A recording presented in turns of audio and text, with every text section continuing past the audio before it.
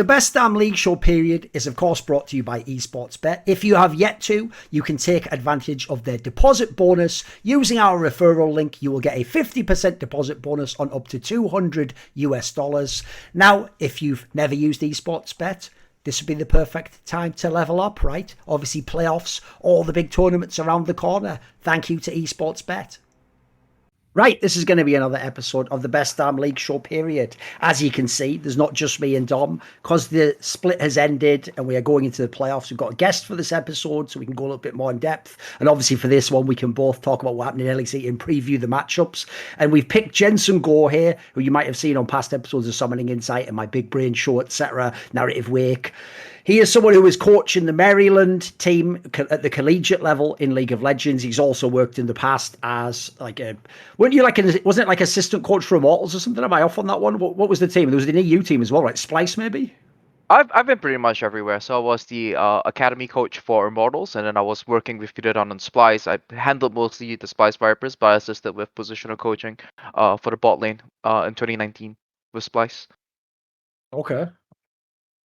Just a note there, he's talking about Corbin not scaring there technically, so who knows? Maybe we'll mention Corbin at some point. Another reason because I like to break the wall on these shows I do it. One of the reasons basically why I picked Jensen specifically for this episode is because one thing I actually thought you did a great job of, I'm amazed more people haven't tried this, mate, is just like Kelsey, Jensen also, when Worlds comes around, does videos where he essentially previews matchups, but he does it like the way I'd like to see it. He doesn't just go like, this team is better and here are the player. He tries to stylistically shadow box the two teams and figure out, for example, like what lanes would they play through, what would the dynamic of the game be. And the reason why it's interesting is because I've seen when him and Kelsey have done this, dude, there's a few times they've nailed it. Like I remember a few years back when everyone now will remember that amazing 3-2 series being Fnatic and Top Esports. You can go back in time and watch a video like Kelsey made explaining how Fnatic could actually win the series. Jensen actually during the last Worlds made a video about how EDG could win Worlds. Like these guys, that's why I find it an interesting angle, because the problem is, right, when it comes to predictions, the part people get wrong is they think all that matters is the outcome, and it's like,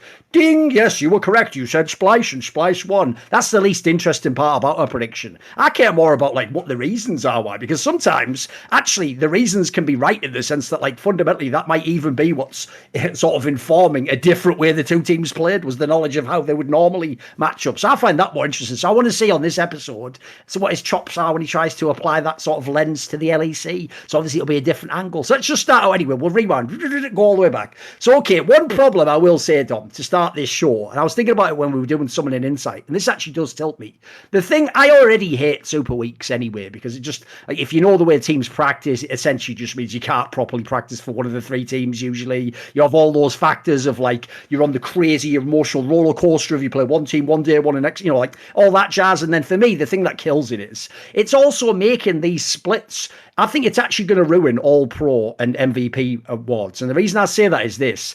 Recency bias is bad enough without making the last week rather, be 3 games. So that means the last week is like a pretty sizable chunk of your whole split. And so the problem is, just like last split, you know, that's what I always go on and on about. Just like Zlatan somehow won Rookie of the Split in a fucking split, by the way, where like Unforgiven played. Spoiler, there's a reason Zlatan isn't in LEC anymore. That's just because if you go and look, he had a couple of Lee Sin games at the end of the split. That was it. That was really it. Like, if you watch the whole split, you would be like, how is this guy the Rookie? So I think actually that angle's going to ruin it, because when I try to think now of all the games that happened, mate, it's so hard to keep it all in your mind at once and keep the storylines. And it feels like that last week, true, this is because it was like some of the results, but it feels like that last week was like, what was the whole split for? Like, wait a minute, like think about that angle, Dom, two episodes, last episode, we had the whole segment about Vitality. Dude, they're not even in the fucking playoffs now. Like, that seemed like a lock. Like, this split's been such a fucking train wreck. So let's just start. Like, what are your initial senses after the split, Dom? Was it great in the end? Did it end up being exciting for you? Was it entertaining?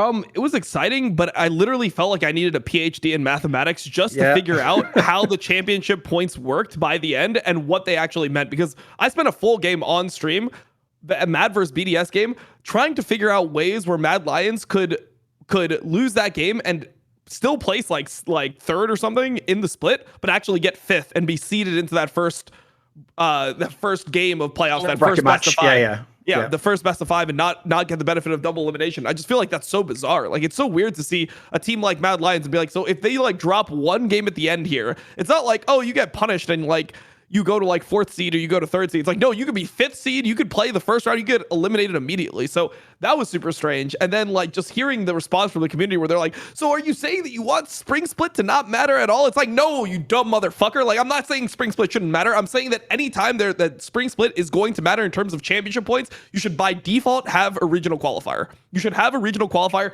just like LCK does, just like LPL does. And if you're not going to do that, then do the LCS format where spring determines who goes to MSI, you go to MSI, whatever, there's no championship points, and then summer determines who goes to Worlds, because this whole thing is a clusterfuck. And then the most disappointing part about this whole playoffs is like, how can you even get hype for this playoffs knowing that if G2 beats Misfits, which is like, I mean, Misfits look like they were potentially the softest team in a best of 5 when you look at like the way that they draft, and even in the super weak, teams started exploiting them by just banning out Orin. I mean, if Fnatic banned out Yuumi, they could have potentially got the 3rd seed.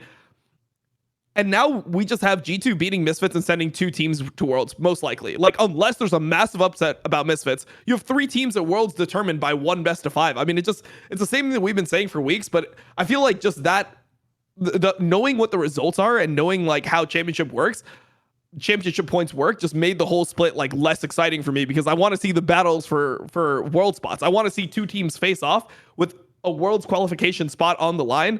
Not like, oh, so Mad Lions and Rogue can get into Worlds based off not winning 1 best. So Mad Lions, right, the whole year has not won 1 best of 5. They didn't make playoffs in spring, and before they even play 1 best of 5, they could already be qualified to Worlds off purely best of 1s in summer. It just seems weird to me. I still don't like it. I've said it before. I still feel the same way. It just the results of it most likely will take the hype out of me, because okay, so G2 plays Misfits. If they win, we're just like, okay, well, nice. Congratulations, Mad and Rogue. You really showed that you deserve to be at Worlds. Solved this actually, though. I'll let you go on the whole rant there, and believe it or not, at the end, I've solved it. Here's the solution. It's actually going to be, don't make a mistake. You're going to think initially I'm just revert to the old system, but I'm crucially not. Here's the problem of what they've done here, Dom, and this is an area people won't know. I have literal job experience in this. The reason why me and Monty took that CSGO job a couple of years ago to do the Flashpoint League, which at the time, by the way, wasn't supposed to have all those like tier 2 teams. It was supposed to have the number 1 team in the world and signed like a temporary thing saying they would be in. It was going to have a bunch of teams, right? And the premise was, because we were going to have like some good teams but not the best part of what made it so enticing was it meant if I did like an amazing job with the format and the show, I would essentially have like the pieces to, people would know, because it's not the best teams, it's not supposed to be the best tournament, but I would sort of be able to show that like the show is what made it the best tournament. And what annoyed me basically was me and Monty sat down and we realized the problem with all of these formats is this: people don't actually ask themselves at the end of the format, what do I want it to produce? They don't ask that. They never even ask, like, do I want it to be like the best teams on the last week of the split? Do I want it to be the best team over the entire split? Do I want it to be part of the split? They don't think about that, right? So because they don't reverse engineer what they want, they never get what they want. They just put in place systems and they just sort of go, I've heard it's good in another game, or it works in a different region, or let's just see it, something new to try. So I think I've solved it. It's a combination of all things that have been tried in the past. And the reason I set it up like that is because I'm going to show you what I am selecting for, and you'll see why my system is way better than whatever they've tried so far. So obviously right now, there's 4 slots, particularly in this case for LEC, right, to go to Worlds. At the moment, the 4 slots ultimately are just decided by finishing top 4 in this playoffs. But as Dom says, the problem is that would mean Spring Split means nothing, and people could fuck around, as they have done in NA in past splits. So what Riot did was they took part of the championship points, but whereas in the past, championship points was just a way to directly qualify someone, usually the 2nd seed, this way, it's like championship points, like affects like your seeding in the playoffs, which then affects if you qualify, right? So they've tried to do that to make spring still matter. But as we've discussed at the beginning of this episode and more on the last one, that essentially actually has somewhat made spring split too powerful and has actually invalidated some of the last week results here. And crucially, because of the qualification system with 4 now, when there's only 6 playoff teams, as we're saying, if you start up a bracket, the certain teams can just go without winning any playoff series, or even stupid, as you say, a different team can win a match and that can qualify you. So in this scenario, the problem there is if you were selecting, you wouldn't select teams, Dom, that can win no best of 5s against no good teams and go to Worlds. So here's my solution. We've got 4 teams. Here's what I do.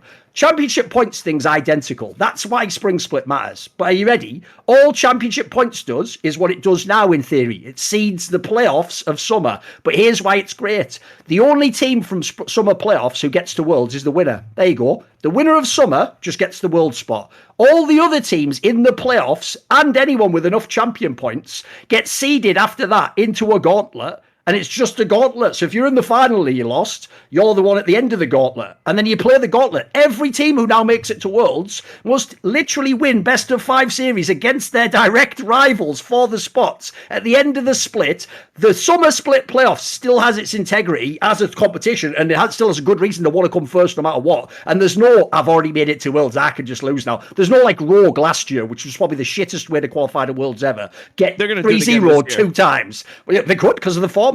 So the point is, like, I actually think that is the best of all worlds. And even to tie into what someone told me, I forget who on a past show, the best part about that as well is, whereas you can have like a rogue where it's like, I got beat twice, but I'm at Worlds. You only go to Worlds here if you end on a win. You have to actually win something to go to Worlds. I think that solves the whole problem. It makes spring matter. It makes summer have some bullshit championship element. And at the end, everyone who goes actually has to win matches to get there. What do you think? I mean, I think it's hard because, well, I mean, just in general, I think that's hard because then when you have the gauntlet, it's like if you have the team at the end of the gauntlet, do they actually have to win a best of 5 to qualify? Because if they're at the end of the gauntlet, wouldn't they already like technically be qualified? I feel like the gauntlet format only works if you do it in a way kind of like LPL does, where you force like you don't have like a straight gauntlet where you have like lower teams just always feeding in. You have to have like just reseed a bracket or something. Well, you do like the third and fourth. So like you have like second and third. If second and third play, then like one goes, and then third plays like the winner of like third and fourth, and the loser of that goes down. You just keep on tearing it down until you get like, so you force them to then win a best of 5. So I feel that's not a bad one. Yeah, that's not a bad tweak. Do you have any angle on this, Jensen? Obviously, we're just spitballing ideas here. Sure. I mean, I think that this was done similarly in 2019, right? But that was only qualifying for 3 seeds. So that was the year where Origin they finished top 2 in spring, and then they finished 10th place in summer. But that gave them enough points, so they had to play Splice in the first round. They brought in the notorious Zanzara, if people forget, as the jungler to tie it to current time. Exactly, yeah. Actually, it was actually a pretty banger series. Went to a full 5 games as well. So if they did qualify, they did beat Splice. You wouldn't feel that Mickey Mouse where they won spring and they finished 10th in summer, and then they just auto qualified through points, right? Mickey Mouse is perfect. Yeah, they had to win the best of 5 to make it true. But I think it gets complicated when you have 4 seats, because it's like what Dom says, right? Like, sure, okay, you have one winner in summer, and then maybe you just directly qualify someone who has the most championship points, and then there's some form of like reseeding, and then that's where it gets really murky. I can't really picture it in my brain right now, but I think that's where it gets a little bit murky as to handling the 4 seats. Essentially, I would essentially make it so that the spring just gives you like a slight boost if you're terrible in summer, but you still have to win in summer. You can't like, I don't care even if you won the spring split, you don't go to Worlds just because you won spring. Like, I'm sorry, that's what MSI's for. You fuck, you already get something for that. So I think that's the part where League pushed up the boat. MSI introduction of MSI screwed the whole thing, and ever since they've sort of been chasing their own tail, doing a tweak. But like I said, they never stop and ask what are you selecting for, so they don't get the right thing. I think it's tough because one of the arguments that I already see people making is like, oh, but the bracket wasn't made for 4 teams to go to Worlds. It was made for 3. But in 2020, they knew that there was going to be 4 teams going to Worlds, or they could presume that 4 teams were going to Worlds from the beginning of Summer Split, and then they still use the same bracket. So I don't actually know if Riot would change it, given the knowledge that they were going to have 4 seeds. And also, there was time before the playoffs to like reorder it, or at least explore trying to do a championship bracket. I mean, I'm fine with one team getting in through pure championship points. You have like the winner going, and then you have championship points being heavily skewed towards the summer playoffs, and that determining who goes. Because I feel like in that situation, like if you're getting to like second or third, then I feel like, and you got second or third in spring, I feel like there you've had a good enough performance. At least you've won some best of 5 somewhere along the round, along the way, to just have enough championship points where it seems legitimate. And then you just do like the third, fourth plays, winner goes, and then fifth, sixth plays. Winner of that plays the loser of third and fourth, and then that's your last seed. That's your 4 seeds. I mean, I just feel like if it's not broke, you don't have to fix it. And LPL already has a format that to me seems exciting. You know, like every team that goes to Worlds, you feel like, damn, that team deserves it. I mean, you have teams like WE last year who played 8 best of 5s to not go to Worlds, where it's like, Jesus fucking Christ, like these guys got put through the entire gauntlet. So I think that's the only thing that kind of turned me off of this Super Week, is because they have like the foldy sheet, and people will be like, oh, just look at the foldy sheet. But the foldy sheet only tells you what the results are going to like, what the results mean in terms of the standings. But then you have to use the standings plus the championship points from spring to then figure out the playoff seeding, which is crucial. The playoff seeding is the most important part.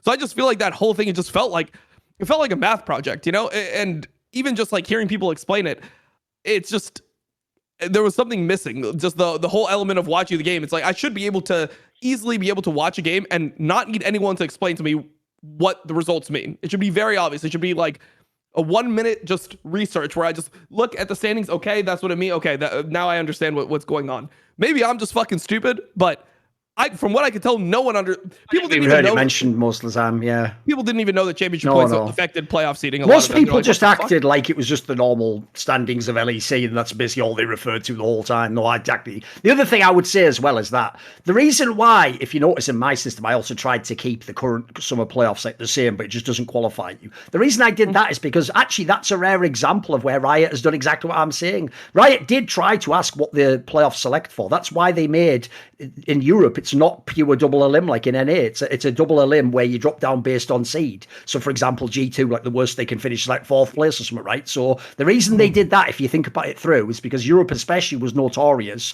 for having the teams that win the championships but phone it in every split, just dick around and come 4th seed and like, who cares anyway, we're going to weep more in the playoffs. Like, but the point is they made it so, yeah, but if you do get that 1st or 2nd spot, you get like preferential treat, you get the seed, you get to pick who you play, and then you get the better chance in the play. So I can see why they did that. They did that already to try and fix what happens in the split itself, where people just fuck it up and just do stupid drafts at the end of the split and don't try and no one cares about tiebreakers. Right, let's jump into this, because what I thought we'd do is we'll do it this way. Obviously, we're going to talk about each team in the context of the Super Week and their split, and then preview the playoffs. So what I thought we'd do is, why don't we just talk about XL and Fnatic first, and then we can preview the two teams playing each other, because not only were they obviously the teams in the battle for the playoffs, but the circumstances of them making it in is pretty ridiculous if you consider it. Like, I will say, there's one area. This is why also the Super Week really fucked it, because since in EU the strength of the teams isn't the same despite what their like standings are in the tables. Fnatic's the best example, because Fnatic looked like, oh, they're almost certainly not going to make it in, but then everyone forgot, what if they just 3-0? What if they just do like this, just win all the games, and suddenly they just fucking even win the tiebreaker? Like, it could just happen, right? So let's start with the Fnatic side, Dom, because the whole split we have probably been the harshest on them, understandably, because since no one really thought Vitality would actually be good this split despite what happened, the main team to get scrutinised was the super team of Fnatic. And quite frankly, first of all those narratives are still on. They could still absolutely lose this series, be out of the playoffs, never go to Worlds, all the rest of it. But at least there's like hope now. If everyone thought it was pure like hopium that we kept saying till the very end, like, but no matter what you say about them, they could still like trip over and win a few of these BO1s. Now you see why. Like, this is the problem with having fucking super teams, is it's actually, this might sound weird, but sometimes the super team actually having so many good players can allow you to mask the fundamental problems you have for way too long. Like, if this was a normal team, they wouldn't even be in the playoffs now. It would already be over. They'd probably have kicked a few players, probably have brought in an ERL. Like, they would have changed everything. Whereas Fnatic, they're back at square one again, as they always have been in this fucking permanent Groundhog's Day that is Fnatic 2022. So Dom, start me out. Where the fuck first of all, how was Fnatic in the playoffs? I still don't know myself, mate. I saw it happen, but I don't understand. Well, this is a terrible team. The team doesn't look cohesive at all, but I mean, it's just that the teams they played against were not great teams. I mean, they had a pretty easy Super League if you consider the form that Vitality was in, and then they had Astralis and Misfits. And it's actually kind of sad that going into the Misfits game, you're like, oh shit, can they beat Misfits? It's like, this team, like, one player per, like a one player, either perks on Vitality, or for Fnatic, because Vitality played them earlier, either perks on Vitality or humanoid on Fnatic are worth like either the same or like twice the entire Misfits roster. And these are the teams that are having to compete against Misfits, and you're like, shit, I don't know if they can beat them. So for me, I think the hardest part about like these wins is they didn't really look like great wins. I mean, Humanoid played like his first good game this split in the Misfits. Oh, like it, yeah. Game. I was like, nice, it was good. And then he just ran it down in the tiebreak. I'm like, all right, back to Humanoid. This is what I love to see. So I mean, I guess like some players popped off. I mean, Upset had a really nice Zeri carry game. Did you see, by the way, just to update people on the level of hate against Upset, did you see the tweet that I highlighted, dude, where there was a guy, this is where you just can't ever win if you're Upset. There was a guy like, yeah, but it took Upset 50 minutes to carry that game. Like, my joke is, like, if this guy actually won Worlds, he'd be like, yeah, but you just won picking Zeri and you got, like, a nice favourable ban on that. Like, shut up, you idiot. You know what I mean? Like, you can't even win now if you fucking Upset, mate. I know it's mental. Yeah. It's so it's pretty tough to watch the company. I mean, he's just one of the players that people don't like. I mean, Perks is another one. You see like so when Perks failed to make it for Vitality, right? Yeah, people you think you're having like a ticket tape parade the way people would celebrating. Yeah. I mean, I thought it was crazy because I was watching. I was just like seeing Twitter and I was seeing some of the things and people were quote retweeting Chakrez, who said that he thought Perks was like a viable candidate for MVP. He said that he was like. Somebody legit opinion, of course. Yeah. Like 2 weeks ago, he was like, "Oh yeah, I'd have him like on the short list for MVP." Of like Misty number 1, Perks number 2, and people were like, "Look at how fucking dumb Chakrez is with that opinion." And it's like, I feel like you can't win because, yes, Perks played fucking bad this week, but then like people will be like, "Well, he played bad the whole split. I told you the whole time." It's like, no, you were delusional at first, and maybe you're just a fortune teller or something, but. Now he ended up playing bad. So when I look at like all these opinions, it just seems like there's certain players that. The people that watch LEC just hate to watch succeed, and Upset is one of those. So he's always going to be discredited. I mean, I think he had a pretty good week. I think he's been one of the most consistent members, if not the most consistent member on Fnatic the entire split. But yeah, I mean, they finally just won a game. Thing I am glad about, by the way, because this is where we would get so much hate. But it would have to be our opinion. You know, if he hadn't have made playoffs, Dom, it would have been like that scenario when he was on the Origin team last, and people were like, "Well, how could he possibly be a good IDC if he's on the last team?" It's like. It's just true. What do you want? Yeah. What can I do? It's almost like it's a 5v5 I know. Like I can't just deny him it because you don't like the fact this team's not in playoffs. Like, what do you want me to do? I'm here to be an analyst, not a fan. I mean, these are the people that would watch like the NBA and be like, how can LeBron be a top 5 player in the league if he can't make playoffs? Like he didn't even make the play-ins. LeBron sucked. Like it's like that was even a real take if people don't know. Like obviously you can imagine like the fucking sort of idiots that watch basketball. That was a real take. Yeah. So I mean, you see these types of things, and it's like, I mean, it's a team game. I don't really know if this looked better. Like Humanoid looked like he was trying to keep them out of playoffs. Like that Silas game versus Vitality, he had a horror engage, and then they're lucky that they had Lulu Zeri, and Zeri just cleaned up the whole fight anyway. But my God, I mean, this was not a showing where I feel confident in Fnatic. I mean, I don't feel confident in like half the teams though. Like I don't feel confident in Rogue, and they're almost guaranteed going to Worlds. So don't worry, we'll get to that later because I tried this discussion yesterday with Monty, and dude, the sad thing what you realise is now that Mad Lions isn't even legit, you either have to auto default to G2, which is just like the simplest storyline ever, like you don't even feel like you did anything saying that, or you just have to come with some mad angle. Like the joke is it has to be like Rogue or something. So we'll get to that later. Don't worry, we're gonna have some fun with that. Jensen, you not only worked in Splice, which by the way people forget was the first year where Humanoid came into the LEC, but obviously you saw some of these games, and I'm sure you know the state. What have you thought of Humanoid and Fnatic this split, mate? I think the problem with Humanoid as a player, and when it comes to Fnatic, is that you probably need some form of staff, or you need some other players that can drive the overall strategic direction of identity as a team, right?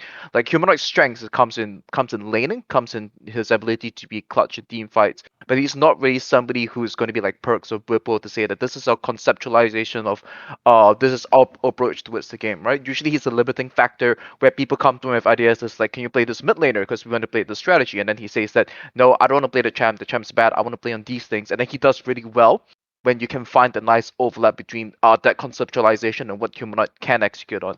And but of course, this was in his first year of going into the LEC itself, so I'm not sure how much he's grown as a player, but I still think that he's this very idiosyncratic kind of character when it comes to executing on that. And as we start to see, not just Humanoid, but the rest of the players as well, when we see Wonder in this position, I think it kind of starts to demystify the 2019-2020 G2 era, right? The mythos around it, and you start to see that what are the pieces that worked on that, and who's the brains behind it, who is the person who's functioning and supporting all of that. And I actually kind of want to jump back to one of Dom's points, where people are going to look at Perks this weekend and say that, Perks, like everyone says it's clutch, he obviously choked it and stuff like that. And I'm going to say that that's not the case. That's because that this team vitality that he's playing on, I think that Perks is the only person trying to do the right things. He's the only person trying to do anything in the game, pushing the side lane ways, which I honestly think it's the correct way to play the game at this point of time, and the rest of his team is just clueless on the map. I think Harut's not the right jungler for that. Labrov, I'm looking at his position on the map. They're just not helping him get the same type of resources that you look at the way Yankos is moving on the map. You look at the way that Mickey X is creating opportunities for Excel and stuff like that, right? He's lacking all of that on this Vitality team, and he's left alone. He just has to like flip coin.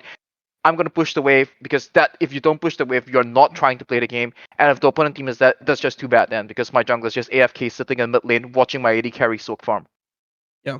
I mean, I have a question for you then, because I mean, I agree with your characterization of humanoid, but my biggest issue is that so if you don't look at the stats, because I feel like a lot of people just look at humanoid stats and they're like, but he's still doing good in lane. If you just watch the games, he just dies to like every gank. Like, I mean, he's just died so much to the split to what you would think would be the most obvious ganks. And this was something that it felt like he removed from his gameplay when he started really going into like beast mode in 2021. It seemed like he eliminated those like 0-7 Cinder games that he used to have where he would just run it down and it would be like, man, I mean, he's kind of strong, but he's just doing, I mean, he's just dying a fuck ton.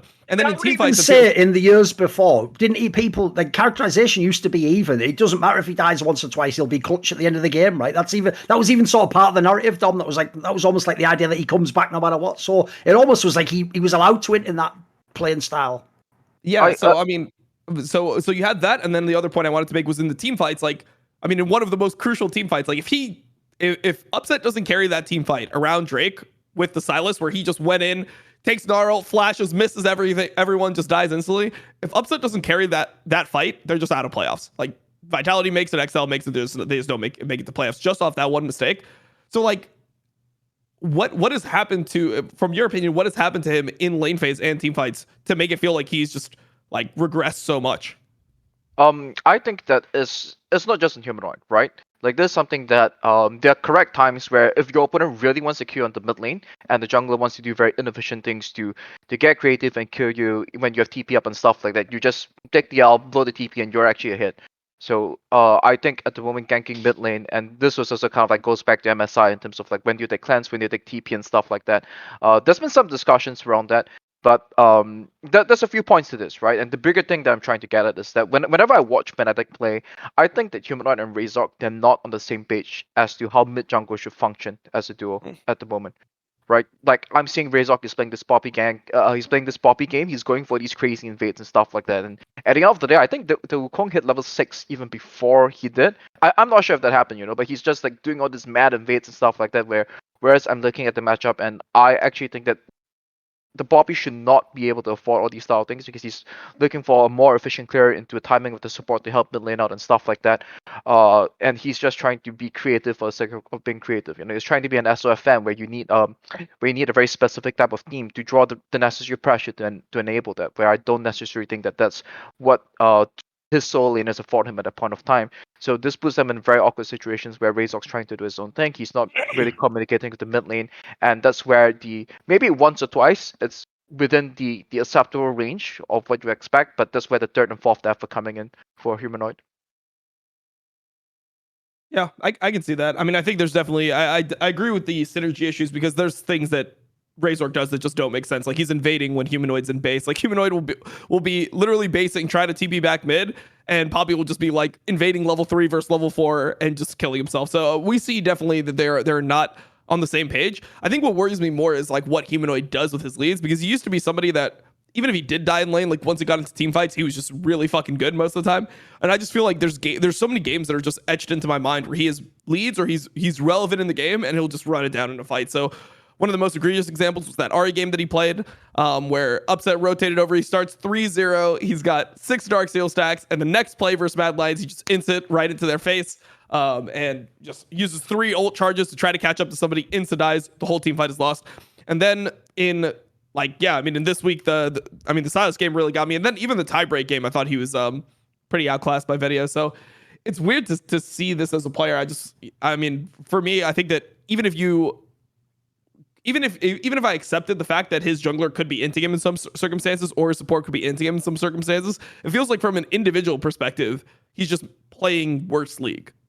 I think that there's a very macro stylistic shift from what he was used to on Mad Lions to what he's being given on Fnatic, right? Whereas on Mad Lions, I think they played through this idea that we're playing to the side lane, and he was the one on the side lane, right? He's the one who was trying to do what Perks is doing on Vitality, where he's doing all these style things to buy the team space and stuff like that. On Fnatic, from what I've observed, it seems to be the system that they're playing more towards the scaling side of things.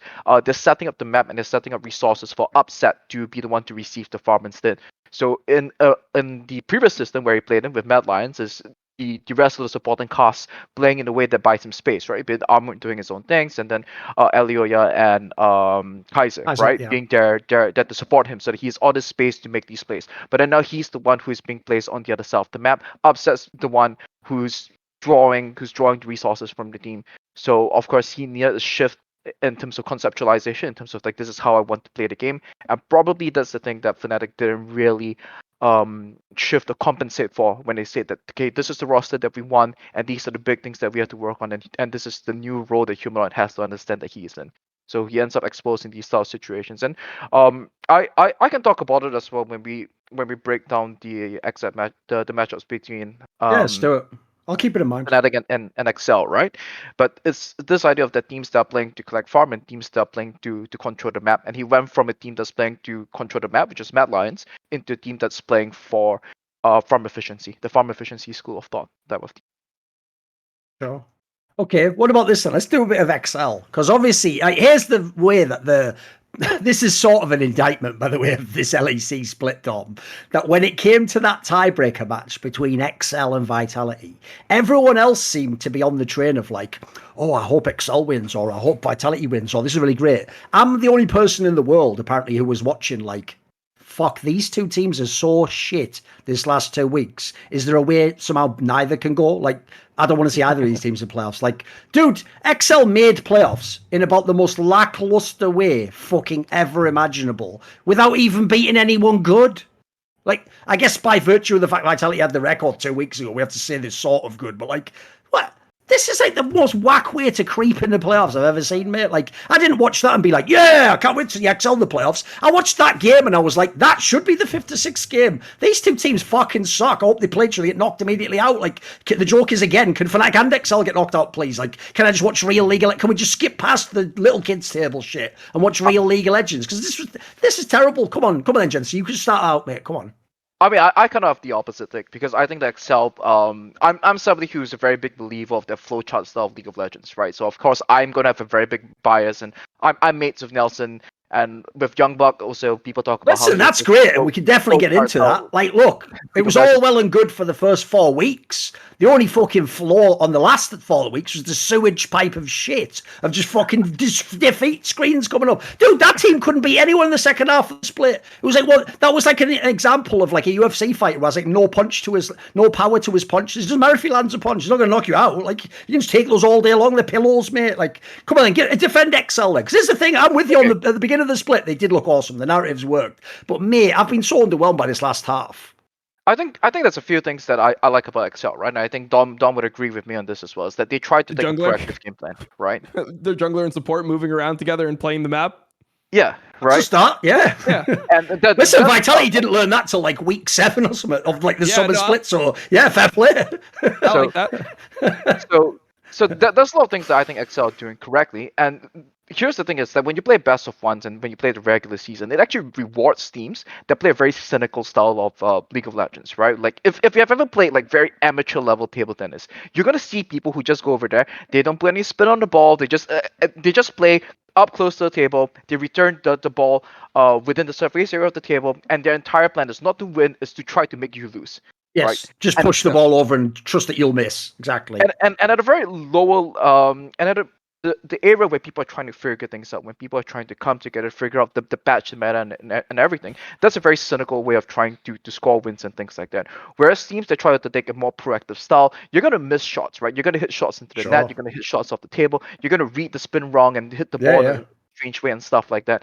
And by the way, what you're saying is actually a very famous trend in all racket sports. Basically, the people who go for the aggressive winners do more unforced errors. It's just a natural trend, as you're saying. Yeah, of course. Go on. Yeah, but naturally is that over time that these people who actually try to win the game, they actually get better at the game, right? It's not to say that the style can get better at the game, but it's a lot more limited. I think that this is where Excel, I was actually a little bit worried for them, and I'll explain that later on, but you have to be willing to be proactive. You have to be willing to take these losses, and then you start to learn. And this is my read as to why I think Excel were making these, why they had this bunch of losses in the middle of the season, right?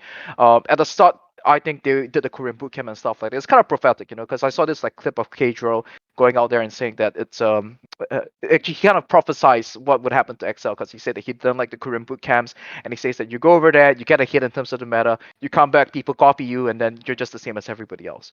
But I think Excel was the better for all of that. And at the start of the split, they had this read where they realized that they had a meta read, and they realized that a lot of these other LEC teams, they were not setting up drakes properly. They're very all over the place, right? And I think that was the first time they played against Fnatic, where they just caught Humanoid out naked in the mid lane because Razor was farming camps or something, right? And they realized that all these teams, they're still figuring out how do we set up objectives and stuff like that. And if we just run it down mid at this point of time, which I would say there's two signature moves for XL, this is the first one. I would say it's a bad one because it's what people exploited later on. If we bring 4 people, 5 people, 30 seconds before Drake, we capture these teams with their pants down because the support's jacking off somewhere. The jungler's farming his camps on these timings where they have to be there in the line bush, ready to contest the mid lane wave and stuff like that. And this later on became a problem because I do believe that teams started to catch on to this. And I watched quite a fair bit of the XL games, and I always see them get these leads. They will always draft these proactive compositions. They understand how to call the mid jungle support in the early game.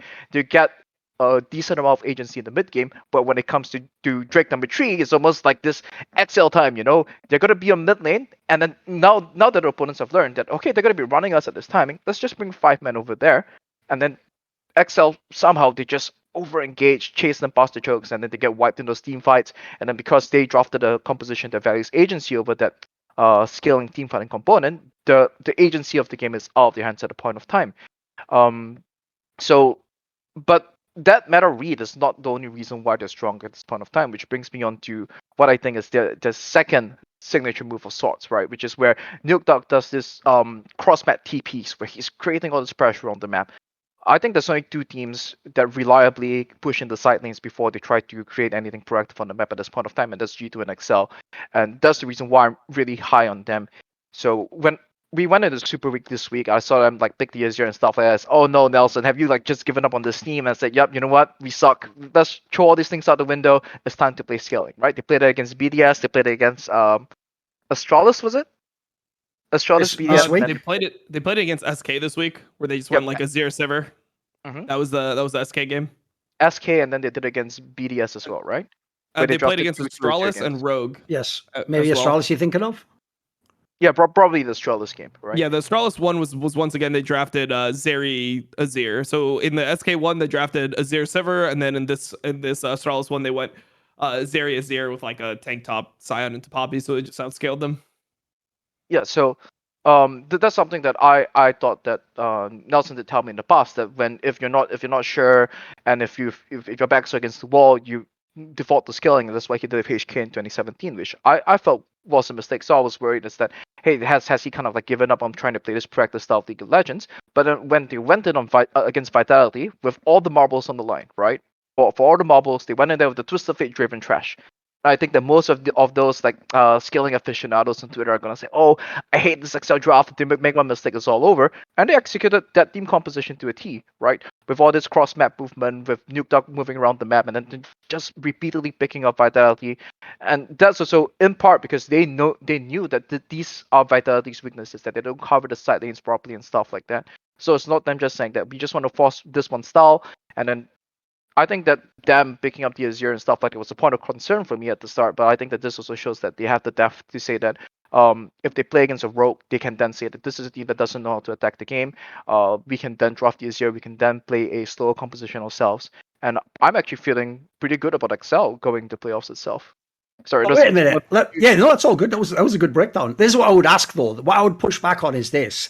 Essentially, aside from, like you did admit, for obvious reasons, you're from the same region. You obviously, like, you're friends with Nelson. You have a natural bias towards that because he's a mate of yours. And I'm sure as a result, he's talked to you about a lot of these topics and you know what he's trying to do, even if it didn't work. The problem I have is this, right? Essentially, for your take at the end to be, I actually think XL are really strong and do really well in the playoffs. What you're basically saying is, forget the outcomes of those games. It doesn't matter that they lost those BO1s for the last half of the split. Like what they were doing fundamentally was right and was more advanced than the other teams. And so in the best of fives, it'll somehow play out and it'll actually be that essentially. By the way, if you're right, this will be a great point in time to say it because they haven't looked great. So you essentially you've got you've got everything to gain if that's correct. So is that the take basically? Like fundamentally, like stylistically and how they're composed as a team. If you wipe away the form, because obviously there's 2 weeks till playoffs, just what they have as a team, if you put that into playoffs, you think it's like a top 2 or top 3 team? Yes, I believe that in terms of skill itself, Excel should be a top 2 team, top 2, top 3, right? I would say Mad Lions, Excel, and G2.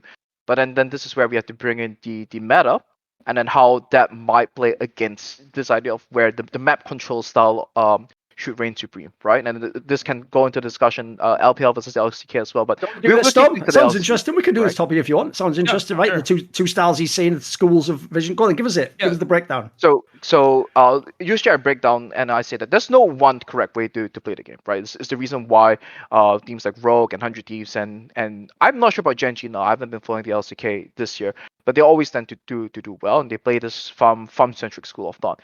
And what I always say is that the idea of the map control school of thought is that if we play the map, we'll be able to force number advantages, and that will enable us to take to take advantageous fights, right? Because it doesn't matter if you bring 4 and I bring 5, I'm going to win the fight. But the farm efficiency school of thought is going to say that numbers advantage doesn't matter if I itemize correctly, if I hit my item power spikes, and then these champions are able to compensate for the fact that I'm down the numbers. So usually when champions like Azir, Sivir, and actually now Zeri, these champions where you get a pick, and then these champions show up, and then they win the fight down the numbers anyways, are strong, then it actually favors the farm efficiency school of thought. Because once they hit 2 items or they hit 3 items, it doesn't matter that you're fighting a 5v4, 4v3, or even sometimes even a 4v2, right? These champions are just going to outplay you if their flash up. It's so hard to take a fight to find a pick against them. The tank is going to be tougher to dive on the side lane. They can show up with the TPs, and that 7-second, 8-second lead that you have off the rotation is not enough to compensate for the fact that the Zeri just shows up and cleans up the fight anyways at the end of it. Sounds like what you're talking about, by the way. I wonder if this is going to tie into it. Basically ended up being the general formula to get wins in LEC this split. Like by the end, the joke is, as you said, even XL ran one of those fucking comps at the end. Like it just works. Like as you saw Misfits and Vitality, but it showed us that's all you do, right? Do you think that just mainly only works in the BO1s though? I can say it works in BO5s as well. It's just that you have to realize that these champions are not the default, right? It's not that every champion can do that. Okay, you ban the Zeri. Sivir can do that in specific scenarios, but you can't just pick Sivir and expect the Sivir to do the 1v5 a team fight. Same as with Azir, right? Against specific compositions, you can achieve that effect. And at the end of the day, if you're able to control the map. So for a lot of these teams, the question is XL going to give the opponents Zeri? And if they do, then the downside of Zeri is that she has got very little agency in terms of controlling the bot lane at the start, right? But that then allows, say, Patrick to play like Draven, Kalista, or whatsoever, and really use that as a pressure point to snowball the lane. Because now if they're going to play some utility mid laner, then all of a sudden Marcoon can be running into the opponent's jungler, can be coordinating dives to the bot lane, and they can aim to abuse the fact that the opponents went for much greedier composition, which is what they have been practicing the entire year. And all they really have to do is stop making X, put him on the leash, right? Put him on the leash and say that, okay, on this mid lane wave, play it patient. And this is where they differ from the LPL teams, right? Because the LPL teams, they're running there, it's the same timings. They run in there, they contest the mid wave, they run into the river, and then they'll play to flush the opponents out, right? They all they need to do is hold the leash and Mickey X. Okay, you're gonna run into the pixel bush and stay there. No, don't overchase them. Don't flash over the wall. Don't chase past the choke. And if you're able to do that, I think that will fix a lot of their issues. Tone down the aggression a little bit, and it might be hard for them because that was what they found so much success with at the start of the split. Yeah. I mean, so I agree with your breakdown of them. I just think that there's no team in LEC, at least from watching, besides for maybe G2. I think even Mad Lions has gotten away from this, that has a high enough level of execution to pull off these comps consistently. So, like, when I'm watching, I mean, I said this last week, I think Misfits was a huge skill check for the LEC because they're like, we were just going to draft this scaling, like, passive comp the entire time, and we're just going to sit there, do nothing, and fucking scale.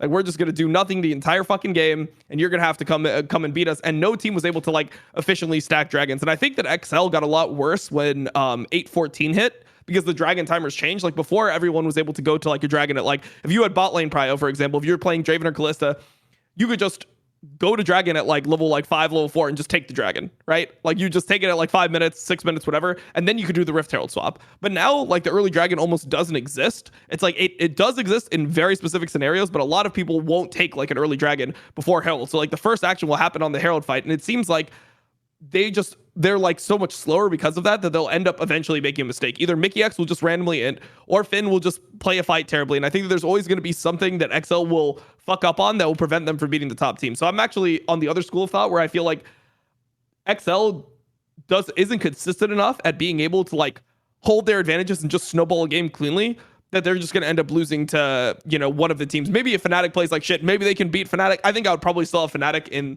like as a favorite just because of player gap. I just think that they're just going to get gapped eventually. I'm not really sure about a lot of players' forms. It feels like just individually, outside of everything that team related, the fact that they seem like they have a worse idea of how to play the game after the Drake changes where they're harder to kill. Because there, like, you could leverage your advantage a lot differently. You could be like, oh, we're first in River, we can just rush the Drake. Like you don't have that option anymore, really. Like if it's an 11k HP Drake and you start the Drake, there's a time where they can walk in and contest the Drake. You can't just take the Drake and get out. So it feels like now the decisions around Drake are harder and they're worse at that. And in terms of just the individual skill, it feels like Finn has gotten a lot worse. Like just in the last 4 weeks, I just felt like it was a completely unidentifiable player if you consider how he played in the beginning of the split. And then Mickey X has been running it like super hard in the games. I don't know, like the Tom Kench game that he played against, I believe it was SK. Did they even win that game? I mean, I like all the games blend together. There's too many fucking games a week, but yeah. So that game was that was a terrible game for Mickey. I mean, he just fucking sprinted it on Tom the entire time. He didn't flash like ever. And it's just, if you do that versus a team that outscales you, I think that you're just cooked. But they were lucky because they actually drafted scaling. So now it's like, are they what style are they actually going to come in with? And I think that Draven is going to just get banned a lot versus XL, probably get banned a lot versus Mad Lions. The teams that can play Draven, teams are probably just going to remove that, not have to deal with it. We saw Rogue get Callista and they weren't able to execute with it. It just seems like not many teams are able to like snowball a game cleanly. They'll just make a mistake somewhere and they'll get outscaled. And that's why I think that I'm on the opposite side. Like I don't think Rogue will end up top 2, top 3 because I just don't believe in the players. So this is kind of like my answer to that, right? Which is why I was saying that it was when they did the Azure thing, it was concerned at first, but then when they swapped back to playing proactive against Vitality, it kind of like vindicated those concepts of sorts. Because if they're able to look at their opponents and then be very practical about it, right? If they look at teams like Misfits, if they look at teams like Rogue, and then they realize that these teams, because of the way that they've been playing, if I outskill them now, these guys have no idea how to attack the game, right? Whereas if somehow in draft, if I have agency and then they outskill us, I can still execute on the game plan and I still can win games, even if I'm given, even if the draft, even if the cards fall in that manner, right? So there's a element of practicality towards that as well. So that's the reason why I actually like XL's chances going forwards, even against some of these other teams, right? Because it shows that if against these other teams, if they don't know how to attack the game, they're gonna play more towards the scaling side of things. And I think against Mad Lions, against G2, that's where the games are going to be interesting. But I hope that that's towards the upper end of the finals end of the bracket. I mean, I hope that they start playing better as well, because I mean, it would just make the playoffs a lot more interesting. I would hate if Orin is just the CEO of LEC playoffs again, where you just slam an Orin B1 and it's like there's no counters. It's like, what about Gwen? Nope, no one can play Gwen. Like I hope that that's not the issue. But I mean, even in this Vitality game, it wasn't a clean enough game to me where I feel confident in their level to snowball a game. I think even if you go to like 1930 in that game, where it's third Drake, which is where they want to be like at their power spike, I don't even feel like they got enough of a lead with the comp that they have, because they essentially end up in a situation where they should be playing a 5v5. They're directly even in gold. Draven is not cashed yet, and Vitality still has like the Kennen, the Wukong, the Orianna. They were not all online. Vitality was so desynced that game that they actually never even got a 5v5. But I felt like that was more just like people not knowing where to be on Vitality more than like XL forcing the hand. Like XL would just kind of like get there. I mean, to be honest, it looked like both teams were just shitting their pants. It was a tiebreaker game. Loser is out for the rest of the season, and no one wants to be in that situation. So I don't know. That's the one where Marku flashes over the wall, engages on the Renata, they blow everything, and then they don't get a kill, and because of that, they have to give up Drake Tree, right? Yes. Yeah, like I said, that's the XL signature move, right? Run down mid, that's the correct timing. You're always looking for the play on the timing. That's why they have to rein it in a little bit. Just run in there, same timing, right? Idea is still right. Hold the river, but don't flash over the wall.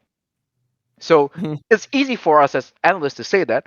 And the question is whether they can conceptualize that or not. But as long as they realize that they got to stop flashing over the wall, they got to stop chasing past the choke, I actually think that this team will be very hard to. Because if they just hold a position with a Renata, with the rest of what Vitality is competent, now they have to check into chokes. If the split up and come from multiple angles, the Poppy can keep his verdict one half of the fight away. And then I think Vitality was pretty screwed if XL doesn't do this signature move and end the fight by overcommitting into Renata. Yeah, I mean, I think that was a Go on. fine timing. My problem with that timing was that they did it like a wave early because they do that like 60 seconds or like 50 seconds before Drake is when they're looking for that. And like, that's not when Vitality has to walk in yet, right? Like, Vitality can just go push the next wave and then XL has to show back on that wave and then they have to go back into their vision again. So I feel like there should be a window for Vitality to actually gain control based off that. But I mean, in general, it's like, I don't know how good Vitality is. It just seems like, let's say Alfaria was on something that was more brain dead and they have somebody that can actually face check. They have an Or and they have a Sejuani and they can actually just go into the choke at that timing. I just think that other teams are going to be able to just beat them straight up, just overpower them. Because I mean, if you're playing TF and Thresh and you're behind, you're playing with two things that are just not like team fighters. I mean, TF can kind of team fight, but I mean, you know what I mean? It's not at the same degree as like an Orianna or like an Azir or any of these other champions. So, I mean, maybe they beat Fnatic. And if they beat Fnatic, I think whoever wins this best of 5 between Fnatic and XL, I think they're just going to Worlds. I think they're going to beat Misfits. I think Misfits will be a loser from the top side. And yeah, whoever wins that will just roll over Misfits. But I don't even know if like going to Worlds means anything to me. Because if you get 4th place and you go to Worlds, but you're like way worse than the top 3 teams, like, is that something that's like noteworthy? Well, the problem with that is like, look, that's a sidebar. But the sidebar, Yeah. the problem with this is like, the Worlds has probably the worst seeding and group structure of any tournament in the history of esports at the World Championship level. So, unfortunately, Dom, as everyone knows, like number 1 seed actually fucks you in the ass if you're in NA, for example. It's the worst seed you can ever get in the history of the competition. Meanwhile, 4th seed doesn't mean anything. Like 4th seed, you can sometimes get like the second best group. It's mental. It makes no sense at all. There's no rhyme or reason. So that's why. So in a sense, I know what you mean. Like it's not really much of an accomplishment to go 4th in the playoffs, but just the fact you get that lottery ticket to get a lucky group and maybe get like a fluke win probably does mean something at the end. A couple of things to say on the XL side, because my problem is this, basically. What's funny is, Jensen, essentially, as people can probably tell by the way I did the opening, I like the way you break down series, because actually, I essentially use a lot of the same concepts you do in CSGO. A lot of people don't know this. Like, essentially, I tell people I don't really believe in individual form. As in, like, I do believe, obviously, that, like, you're on a hot streak or whatever, but, like, that just goes away tomorrow if you face the wrong team with the wrong style and your players are, like, having a bad day. Like, that shit's, like, so ephemeral, and people in analysis put everything on that. Like, their logic would be that, like, half the people doing these predictions do just go by the last week. They're like, oh, Vitality 3-0, then they're going to be in the play. Like, oh, this team is losing all the games. They can't. Like, they're not even analysing at that point. You're just looking at you're looking at a pattern. Anyone could do that. So what I like to do is I like to look stylistically and, like, in terms of what the fundamental components of a team, and then play out the sort of shadow box. Like, right, this is how the game would go. The problem I have is this, though. In this specific case, I can't do it for XL, mate. Here's the difference. If this was like Mad Lions, I probably will do it later on. I'll forgive a lot of the form issues and I will look at some of the strengths. The problem with the XL one is this, mate, even when they were winning those games in the first half of the split, they would win like clean and would look great, but they weren't smashing people. Like, beyond that Mad Lions game, they would just win. They would be ahead of you. They'd make a good decision. They'd slightly win out a fight. They'd win the next fight. They'd take a dragon, take the Baron. They'd win the end of the game. But they weren't like, oh my God, who can handle these guys? Like, there's no one in Korea, by the way, was watching those games. Like, my God, imagine if we got these guys that win. No one gave a shit. They were just like, yeah, it's normal. So what did they? Okay, they win the game. Great. See if they can keep it up. So my problem is once the individual players have shown me many weeks of bad form, that just means I don't think they can, like Dom says, I don't think they can execute that style, mate. Like the two players that he referenced, those players have been really big liabilities the second half. Like, I'll start with Mickey X, because the reason you have to start with Mickey X is the guy really did. He went from like MVP candidate the first half of the split to like you're the reason they almost didn't make the playoffs, you know. Because the problem was he is the ultimate. Like, I always say this, everyone forgets that he's supposed to be thought of within the style of a Hylissang, because he is the ultimate Mickey X gives and Mickey X takes away player. Like, you saw these last few weeks, dude. It's why it's so perfect he had that Thresh game. This motherfucker's never met a Q that he didn't want to press a second time in his life. This guy, he must be fucking British. He loves queuing. Fucking hell. This guy's, that's not bad, actually. Write that down somewhere. I'll use it on a better show than this. Mate, it's just ridiculous. Because he's almost like my old joke, Jensen. I have a joke about Q for Lee Sin, right? My joke goes like this. what do you mean in the VOD review? Like you didn't have to go in on that. It's like you think about what you're going to do in the fight while you're on the way in on the queue. We all know that's the way this is. You land it, well done. Your reward for that is you get to press the button a second time. As you're pressing it, you figure out, like, look, am I in deep shit? Am I actually about to enter a fight? That's where you figure out all the genius or the terrible players whether you win. So my joke is people like Mickey X. I do think it's a real thing though. This is why, Jensen, you're right. It's really easy as an analyst to go, look, just rein it in a little bit. It's like that's the ultimate all-time thing you say about Hylissang and Mick X. And the problem with it is this. I'm sure if I go back and I've VOD reviewed some of those first games, especially when he joined in spring, but even a couple of the ones earlier, I guarantee he did some questionable hooks that he actually or like plays that actually won them fights early that as a result got forgiven in sort of like, well, it landed, bro, so who cares? Like, oh, like, well, no point. We won the game, so let's not like terrorize Mickey with this. And I'll bet that's actually part of why they've ended up like this. Because here's the downside: is what you're saying you want Mickey X to do is sort of not Mickey X, or that's the tough part. It's hard, as you say. I mean, you said it yourself, but it's hard to get them conceptually though to essentially understand what you mean. Like, basically, he's not knowing these are bad scenarios. He just goes for a lot of players and he just hopes it works out in his team. Whereas there's the other thing I'll add in. That was amazing when it first got added to XL because they were so lacking. It actually reminds me, dude, of when Malrang joined Rogue. I actually think that like super aggro element sort of brought the others a little bit out of their shell. But the problem is you got to then find the balance. You don't just go, right, Malrang and Mickey X, just green light for everything, do whatever, and somehow we'll follow up. Because that also isn't really your style of team. You know, you want a bit of that, but you don't want too much of it. Because I actually think if you want to play a style you're talking about, that's a very consistent style you want to play. It's not a loosey-goosey take, pot shots and haymakers. So that's the problem. And then the other player, of course, I'll briefly touch on, is just Finn. All I'll say about Finn is this. I've been a Finn hater his entire time. I used to think he was the reason the original Rogue was always skill capped and couldn't make it further. Because the joke was, it didn't matter how well Hans Sama and fucking Larson played. This guy was going to have a game, especially in best of fives, where he just tosses the whole game in the toilet, where he just plays a champion he can't play, or as you've seen it. And so this is what's tough. I gave this guy so many props for the first half of this split because not only was he actually looking good on multiple champions he's not been good on in the past, he even actually had a couple early on Gangplank games that looked decent. Mate, by the end of the split, especially once we turned into like the way to win is play like Ornn, Gnar and Sion. Brother, this guy can't live in that meta. That is death for this guy. He can't do it, like you've just seen. And even champions like the Gangplank that temporarily had, mate, he was appalling on that in those last weeks. Like those two players, the problem is we've got two of them in one team, mate. You know what I mean? If we had one, we could band-aid around that. These are two like gaping saws just shooting out blood and piss and fucking guts. Like it's all well and good then going like, now you will play the mastermind chess game. Like they aren't capable of doing that. But it goes even deeper. I mean, the two players that, okay, so there's two players that I think are like solid, that I think deserve to go to Worlds, I think are good players. That's Patrick and that's Marcoon. And then when I look at mid lane, I'm like, okay, if Humanoid just gets in just a little bit better form, I don't even mean Humanoid needs to be fucking Humanoid of like 2021. I mean, Nuke Duck should be the worst mid laner in this playoffs. Think about the other mid laners that he's against. Like, I mean, you got Niski, you've got Caps, you've got Vedio, you've got Humanoid, and then you have Larson. It's like, even if this isn't Larson's best split, I think that this is this is, top of the table. And I don't think that Nuke Duck is going to be like outperforming these guys consistently in the playoffs. And then, I think the Finn... something that might shock you, Dom. To this day, even in the reflections I did with Larson that I released today, to this day, if you ask other top mid laners in Europe, they always say Nuke Duck's underrated.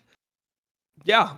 I mean, they all think like in the game, like it's not I can't just wreck him, like he always knows what he's doing, he's so smart when he like bases, and when he comes back, even the matchups, like he always has like an idea what they think. He's like a fucking genius, mate. I'm telling you. I'm not saying it's me saying that's just like there's a lot of like really legit pros for some reason that's just their take. Yeah, I mean, I just feel like at this point, I mean, I remember when was the last time that you saw Nuke Duck just like take over a game where you're like, holy shit, I agree. Yeah, I agree. You know, like where you see like it really depends. Because come on. Take on it is he takes over the game in a different way, right? Because we're just so when you watch the LEC, you think about dominant mid lane performance, you think of Caps, right? And then people are very used to the modern day idea of Chovy, right? This guy who's like up 100 CS and is going in there and 1v5ing every team fight, which is I think more of like the clutch element of it. And I think of being able to have these clutch moments and outplay a team fight and stuff like that. I think that is not necessarily that, right? Because if you commit to this idea of this is what Nuke Duck is like, he's the flowchart League of Legends guy. He doesn't have to make those outplays. He doesn't have to have those clutch moments because he's just in the right place at the right time. I've 4 people, you have 2. I'm throwing the TF go kart. The guy's stunned. The guy's one shot. Was that impressive? Not really. I mean, to people like myself who just spend a lot of time like just looking at map movements and stuff like that, we would probably rate this guy very highly because he's got a very good read on the map state and what's happening in terms of that. But in terms of intuitiveness, I mean, I would also notice as well, Dom. Similarly, I also notice it's coaches of the other group that seem to love this guy. Yeah. So, out of the mid laners that are left, which ones do you think he's better than him? Then, just like who would you rather have, or who would you say you'd rather have Nukeduck on your team than out of the other mid laners? I mean, if you're Fnatic, you need a Nukeduck on your team, right? Because you need somebody to go down there and be on the same page with the rest of the team. It's this idea of like, how do you construct the roster and what are the pieces that make sense in terms of that. So if you're looking at a 1-to-1 comparison, it's not necessarily a fair comparison, right? To say that this player is necessarily better than that. But in terms of what he brings to this team, in terms of what the team wants to achieve, I would say it's like he's a less clutch Visionisky with interesting ways that he plays the map. I'll put it that way. Right. The only person I would definitely say that this guy is not better than is Nisqy. Okay. And probably Caps, right? Because Caps just brings too much across the board. On every other team, I would say that I'll be happy to have Nukeduck with these over these other players, but it would also warp the identity of the team. It will also warp the way that the team plays. I would think mostly for the better. But it's a little bit. I'm cheating a little bit here because I'm kind of changing the parameters in terms of what does this team want to do? What does this team want to achieve? Oh, okay. Right, let's just do the head-to-head then. So we can just do Fnatic versus XL. Like, obviously, I think it's... What's interesting is, you've made your case pretty clear. You think stylistically you're going to take XL to win this. Right, Dom, you said earlier you might. I get the vibe you are just going to pick Fnatic to win this. And the problem is, Dom, I think maybe I'm in the middle, so I'll set my case up first. The problem is basically this. If this was like a fucking actual chess game where you just sit and just think for as long as you want and make the correct move, I'm with Jensen here. XL wins all day long, especially against Fnatic, by the way. A team that if it's a chess game, they don't know what they're doing. They would be terrible at chess. They would actually probably be the worst team in the playoffs at chess. They're appalling. And it wouldn't even matter, by the way. The joke is on their chessboard, they've got like 3 queens, like 7 bishops. Like, they don't even have just pawns and that, like, but they're that bad at knowing how to play chess. They would be terrible, right? But the problem is this. In the game, and this is another area where I have to unfortunately refer to my experience in CSGO as an analyst, another thing you have to shade in is factors like pressure. Is there a crowd? Has this person ever had experience in these circumstances? And unfortunately, a lot of those factors, a lot of them are intangible, a lot of them even potentially narrative-based. They all actually go towards Fnatic. I'm sorry, they just do. Like, on the XL side, they aren't guys who've been here before. They aren't guys who've done it before. They aren't guys who've won playoff series. These are people generally, there's obviously a couple of them otherwise, but generally these are people where this is the peak of their career, actually. There's like the best run they've ever had in their entire life. Like, actually, sadly, I'll even add this factor in. It's a depressing factor if you're somebody who just watches League and wants the best player to win.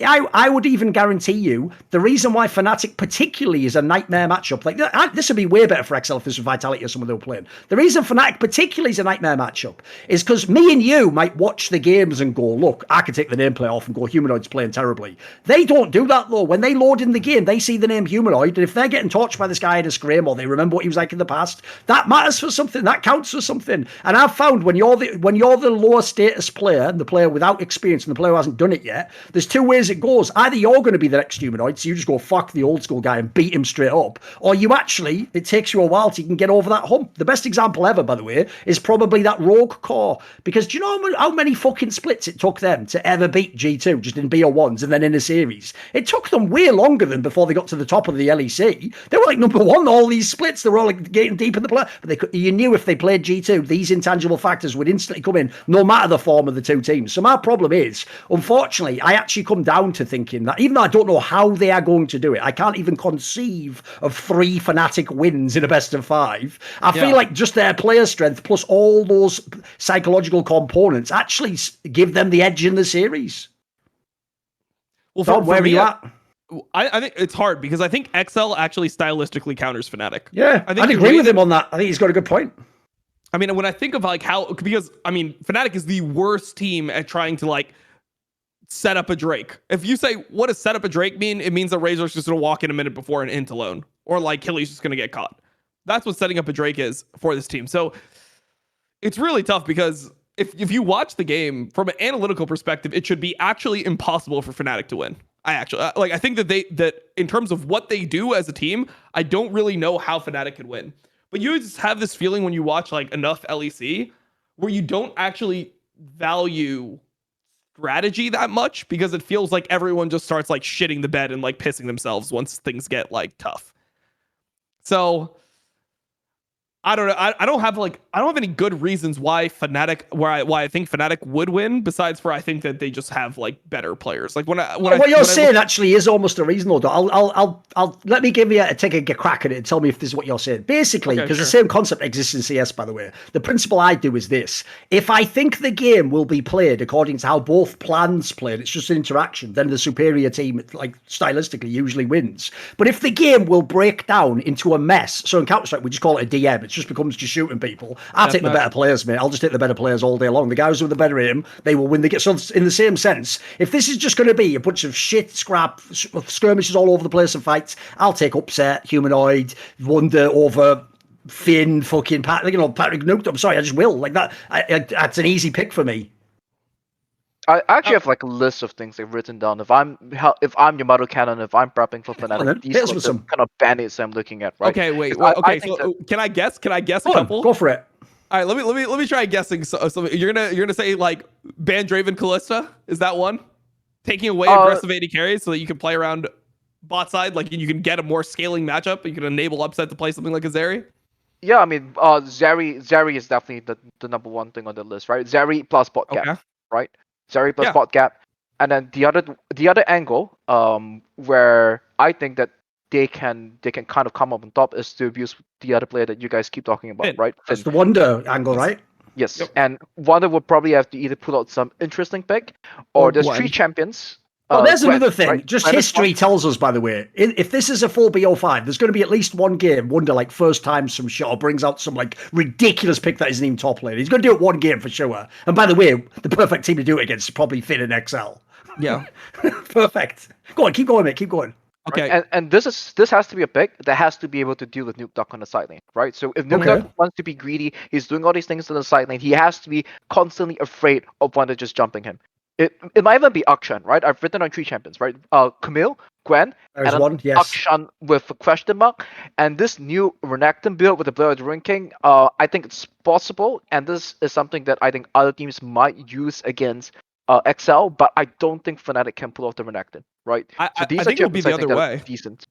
Wouldn't you say it would be the other way? Because when I look at what you're saying, I think that's a champion that Finn should be playing. I think Finn should be the one that's pulling out the Renekton and trying to like have an ability to lock Wonder in the lane. Like he like as long as Finn is relevant at some point in the game, they should be able to work around him after lane phase. I feel like Finn's role in team fights actually is not that important. I just think that he needs to stabilize the top side of the map for the first 15 minutes so that they can do all the shit that XL wants to do, which is like first Herald. Like they want to rotate up there at like 8 minutes and have him not completely worthless in that fight. I feel like that's a really important pick. So the way that I agree with you.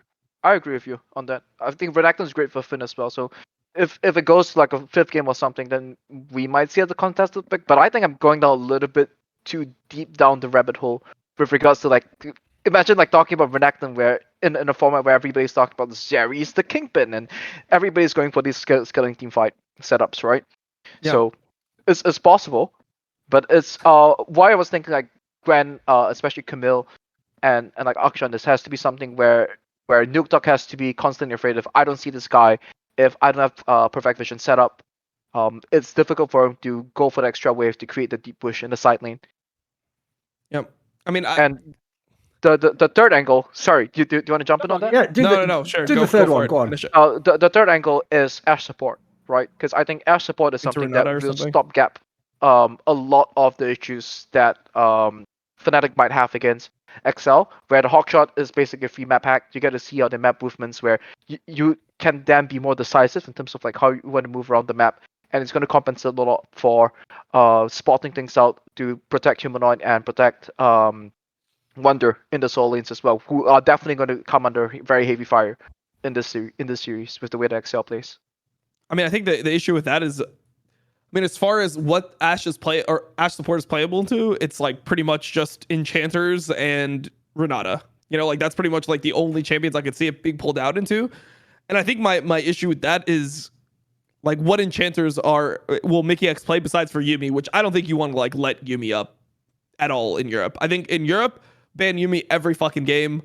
The way you have to deal with Yuumi is just not conducive to how LEC wants to play right now. So I think that it's hard to get a good Ashe angle unless you're leaving up maybe Kalista, and then you play into like Kalista Renata, and then you try to like Ashe support plus X into it, Ashe support plus whatever AD you think could actually deal with the Kalista. I think that's maybe an angle, but outside of that, I just don't know how you can work an Ashe support in. Like, what do you think about potential matchups for the Ashe support? Like, what do you think that Mickey X would play that would enable Hillsong to be able to play Ashe support?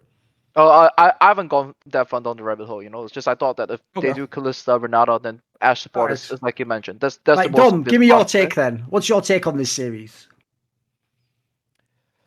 Well, I don't know. The more we talk about it, the more I want to say XL, but like, Oh, do it then. Do it. Go for it. No, I'm just. If he's convinced, yeah. No, I mean, I mean, everything that he says makes sense. I think that this is a smart take on it. I just don't believe that XL will not just like break down at some point.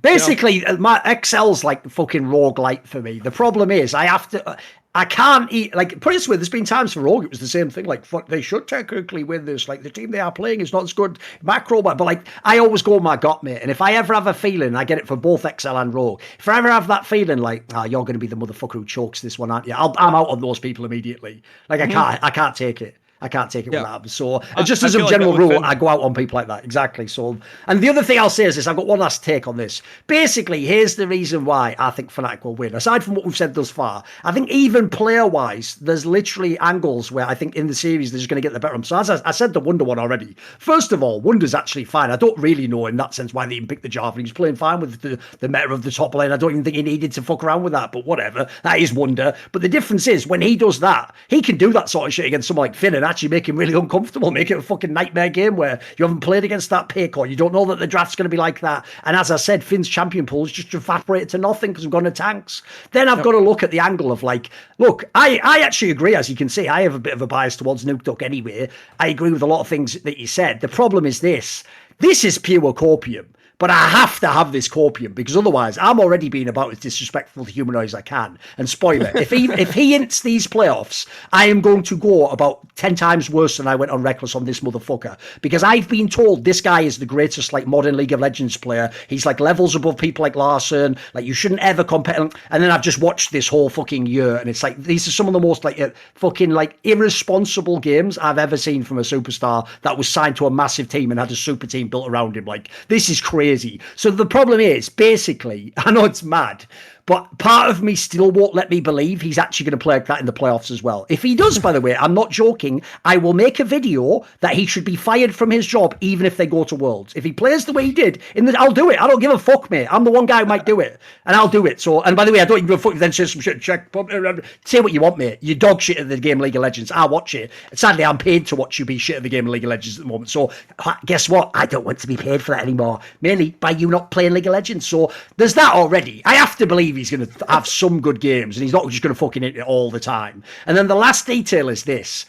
The one part I've never been in on in XL, I've always thought this was fucking hopium from everyone who loves XL, is who the fuck is this player Patrick they tell me about, mate? I've never seen the player they tell me about in the server. I've always thought this is who Patrick is. He's always either bang average ADC and LEC, or he has a team or a split where he's like above average. But I don't think he's ever been the best. I don't think he was even close. I think maybe in his best splits ever, maybe he was like the third best ADC. But mate, I have to watch these games and then I'm watching him. And even when he has the comp and the champion for it, like if the whole team plays well, like a normal ADC, he will carry the team fight. Dude, people talk like this guy's like fucking Uzi I or something. Like it's mental. They talk like he can just hard carry games. Like what games? So what happens is this, right? I watch him play and then I'm like, I mean, he's doing a good job for ADC. It's nothing crazy. Then I watch like Upset play and people are like, he's just pure trash. He can't even play ADC. And I'm like, how can these be the same? What the fuck is this? Like,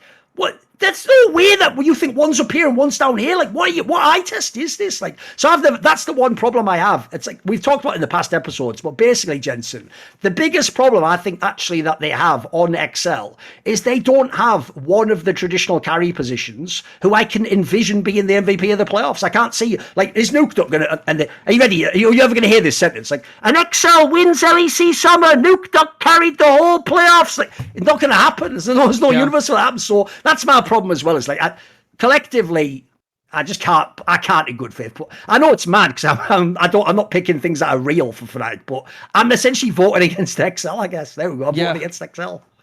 I'm very biased towards Marcoon. I think Marcoon could be the player where you're like, damn, this guy's like the next like El Yoya or something. Like I really think that guy is really good, but it just, yeah, I mean, when I look at the other players, I mean, especially I just think about when was the last time that you saw, besides for this game versus Vitality, the tiebreak that was pretty tame. I mean, both teams are just super scared. I think about scared to lose, how does XL look under any amount of pressure?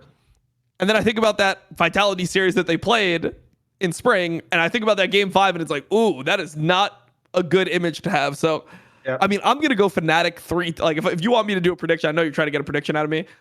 Fnatic 3-2, and I think it's going to be an ugly fucking series. It's going to be a series where, like, at the end, you're going to look at the Reddit thread, and everyone's just going to be flaming both teams. How disgusting is it that these teams, like, I wish that we only had 3 seeds so we don't have to see either of these dog shit teams. That's my prediction.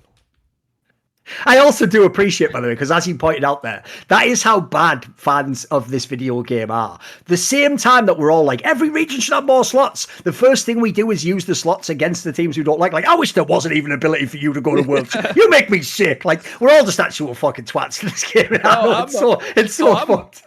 I'm so fucking LPL'd at this point. I'm so LPL pilled that I'm like, I literally think that like 6 slots could win LEC. When I look at LPL, when I look at Weibo, even with them inting half their games, they would win. I think they would be an LEC champion. Yeah. I'm like to the point where I'm like, hey, I would need to see these teams beat OMG before I'm getting like, OMG just placed 9th, 10th in LPL. I need to see an LEC or an LCS team play against them and beat them before I'm gonna say that they're just. Here's the sad thing though. Dom's right, but he didn't nail it the way you're supposed to. As LS taught us, what you're supposed to say is OMG in the LPL would beat G2 in a best of 5. That's what you're supposed to say. If you say that line, by the way, instantly the Reddit thread, like, you see what happened back in the day. I don't think that they would. But if there was no bans, no, this is what it is. If there was no draft phase, or like if they actually were not able to ban out OMG's like fucking like a blind pick or something. Yeah, if it was a blind pick and like you had to play against like Akali, Samira, Rumble, like all of the main OMG champions, I think that then OMG would win. But with the draft phase, I think they would just do what FPX did versus them today and be like, we don't give a fuck about meta. We are banning 5 of your champs. You can have Yumi, you can have whatever the fuck you want, as long as you are not playing Rumble, Akali, Silas, like Samira, whatever. We're just gonna win. So I don't know. It's tough for me, but when you look at it, I can't. This Fnatic team, after they just had a pretty good week by their standards, like they went what, like they won all the games they prepped for, then they had the tiebreak versus Misfits, and they ended up giving over Yumi. They probably would have won that game if they weren't playing against a Yumi. I just think the Fnatic is probably on. They're less depressed than they were before, and they can probably be in a good enough mental state they can at least beat XL. Like, I'm not saying that they're good, but they can at least beat XL. That reminds me of something as well, right? I've done my best because of how fucking shit some of these like key players like Hylissang and Humanoid have been for the eye test of the game. Like, they're just fucking up the game in the first 5 minutes every game, right? I've tried to avoid on this show making much of it like critique of Yamato's drafts, but like when the draft in that tiebreaker was almost like he was like, right, I think actually we figured out how you beat Misfits using draft only. Let's just double check though. Shit, yeah, that was it. Like, you know what I mean? Like, you just did it this week. You just broke the draft strategy. You showed that they could only do that. And you were like, actually give them those strengths back again. Let's see what happens. Fuck, they won. Yeah, I should probably just ban that every time. Yeah, I'll ban it every time. Okay, right. Make a note of that. Ban. They gave them Yumi on 4-5. That's what I mean. I know. Now, of course, on the playoff preview, I'm going to make a bet on one of the playoff matches. But which one is it going to be? Now, luckily in League of Legends, they've got it all going now, boys. There's loads of regions and ERLs and all the rest of it at play. All the major regions have got their playoffs. So we're going to go, though, to LEC, of course. and we're going to take a look, and I'm going to pick you out one of the 3 matches that I'm going to personally pick out. And it's actually easy, because if you watch the whole episode, some of this is going to be later on. Basically, I won't spoil who says what, but I'm actually going to say that when Mad Lions plays Rogue, Mad Lions is a favourite by a decent amount, 1.707. Rogue's the 2.107 underdog. I actually think right now, I looked at Mad Lions the last few weeks, I think their style's been figured out. I think they're going to actually lack a little bit of confidence because they've front run and thrown so many games. And I think the Rogue style, it might be boring, it might be simplistic, but I think they can nail that Misfit style draft and they can ride that through to be consistent in farming. They can get the leads in the game. And I think actually it won't matter overall for Mad Lions. I think Mad Lions is going to lose this series and Rogue is going to sort of take it by virtue of just being a better team when Mad Lions drops below their level. So I'm actually going to say the underdog, 2.107 Rogue, takes this one. I'm going to put on a fairly hefty one. I'm going to put on whatever my most amount is. Can do 74. Whatever 74 is, we'll do that then now. This is the difference is this is actually real money. This is tether. This isn't just the DJT now. So I'm gonna do the maximum bet that it has on the limit here, and I'm gonna say Rogue actually wins this one. I really believe they're going to. I know it's shocking, but I think it'll show you that this split was more about drafting and understanding of the meta than it was about having a better set of players, because maybe individually actually the Mad Lions players have outperformed Rogue, but I think Rogue takes this series. Now back to the show. By the way, there's 2 things I can't handle is this. I understand, like, this is actually a weird angle we can go into a second. Like, obviously a weird angle. In fact, let's just do the Misfits one for now. The weird angle on Misfits is this. The only way the Zanzara move has actually worked out is just that it's made everyone waste these last 3 weeks, like trying to go like 7 rabbit holes deep of like, but what should I ban and then make? What should I want Zanzara to play into me? And then if he did, what could he? And then, but isn't he a Skarner main? But isn't he? And then still letting him just get all the same champions he's won in his entire career, like 33% of the time or something. You go, oh yeah. And then every fan, like it's a Zanzara gap meta. Like, meanwhile, it isn't. But the one thing it is doing is people have to waste shit bans that sometimes he never even would pick that champion. So the joke is you're already against a team where you want to waste all your bans on mid and ADC and then just ban Yuumi. And now people are just wasting no, actually take out the Yuumi ban and just ban something that Zanzara doesn't even play. Like, okay, so it's like, what's bizarre is it's almost like he's like fucking distracting people like some sort of laser pointer, so they're not actually following the basic plan to beat Misfits. Because what I don't get is this, Dom. Last split, when we said Misfits couldn't win a best of 5, that was because they were the 3rd seed, and if you looked at it, they were never going to play the worst teams. They were only going to play the top teams, and also that was when it was like Vetho had to hard carry everything. Dude, the strategy for this one, they're again the same team. Like, they cannot. Who can they beat in a best of 5 here? How can they win a best of 5? If anyone beats them in loses to them in a best of 5, surely it has to be some sort of like crazy draft fuck up. Like, it feels like if teams are real, like, let's go to you first on this, on Jensen then. I feel like essentially if teams are very cynical drafting against Misfits, they can almost like halve or like make their chances 1/3 of what they should be, you know. This is the team where it's the opposite. You don't just give them what they want. Like, if you give them what they want, they actually have a chance in these games. I mean, I haven't go. I mean, I might even double down on Yamato Cannon's approach, you know? It's like, this team is, and theoretically, if you play League of Legends against them, they shouldn't be winning games. I think that's how bad Misfits is in terms of, like, everything I know about the game, Misfits isn't doing correctly, right? The Rift Herald setup is clueless. The opponent bot lane's moving first, they're starting the Rift Herald. Their players are resetting on the map for absolutely no reason when they're first on it, so they just give up map control. Their integrity numbers isn't there. And in terms of like how they approach fights and everything, it's like they just have to hope that Vitale carries it. If you do it correctly, he should be able to shut them out of it. If you're bad at doing that, then approach the draw phase of it, and then take away the Yuumi, take away the Silas and stuff like that, to make sure that there's no chance in hell that they're able to take these fights from these terrible positions that they put themselves in.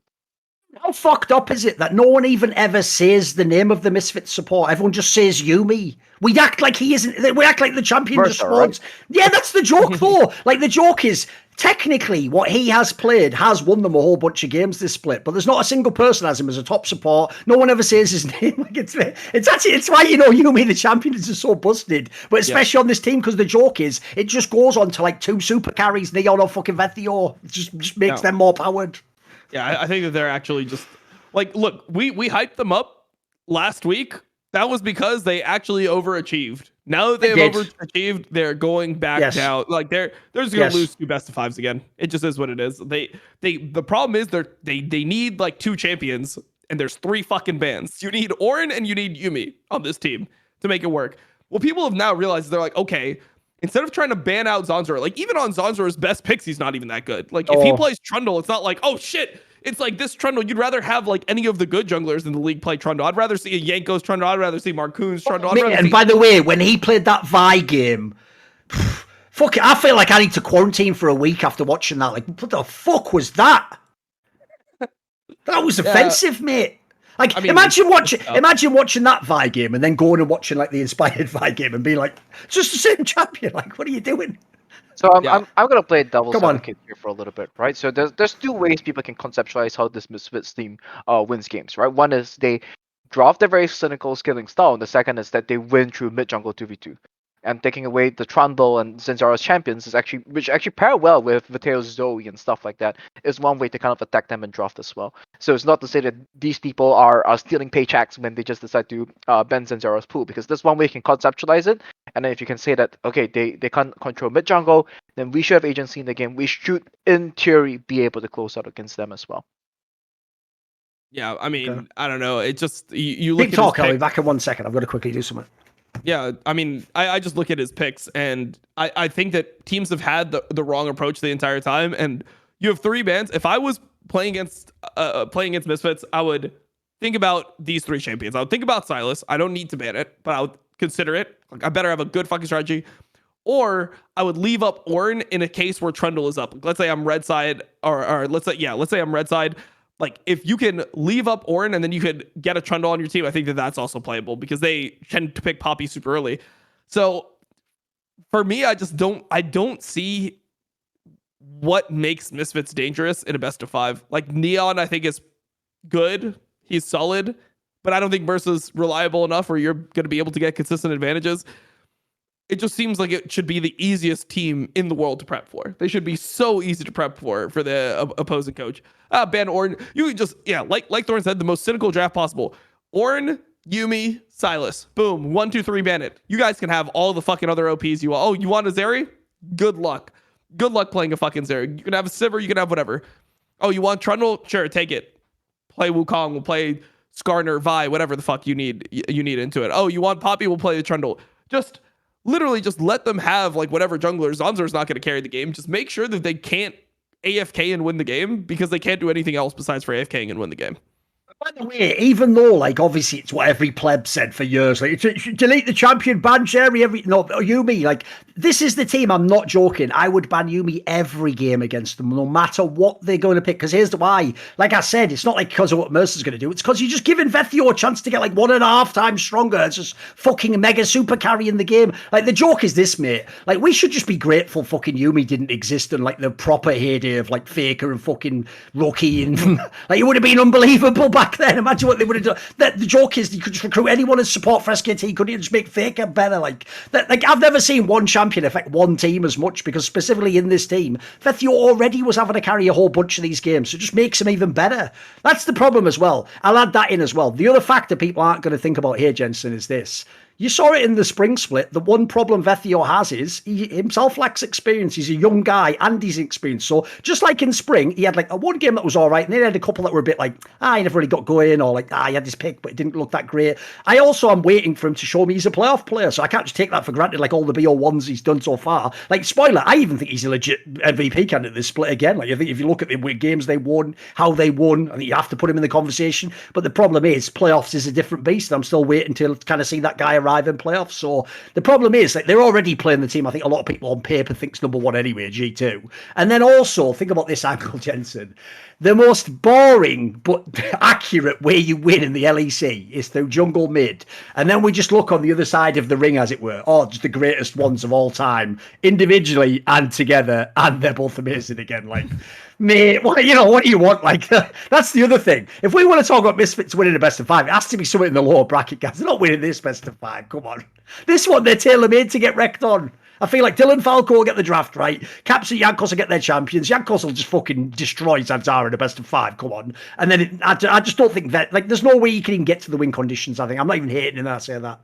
Also, isn't G2 probably the best mid-game team now? Yeah. So how do you even get to those late games fucking super powerful carries? You can't, right? Aren't they the only mid-game team? They probably are.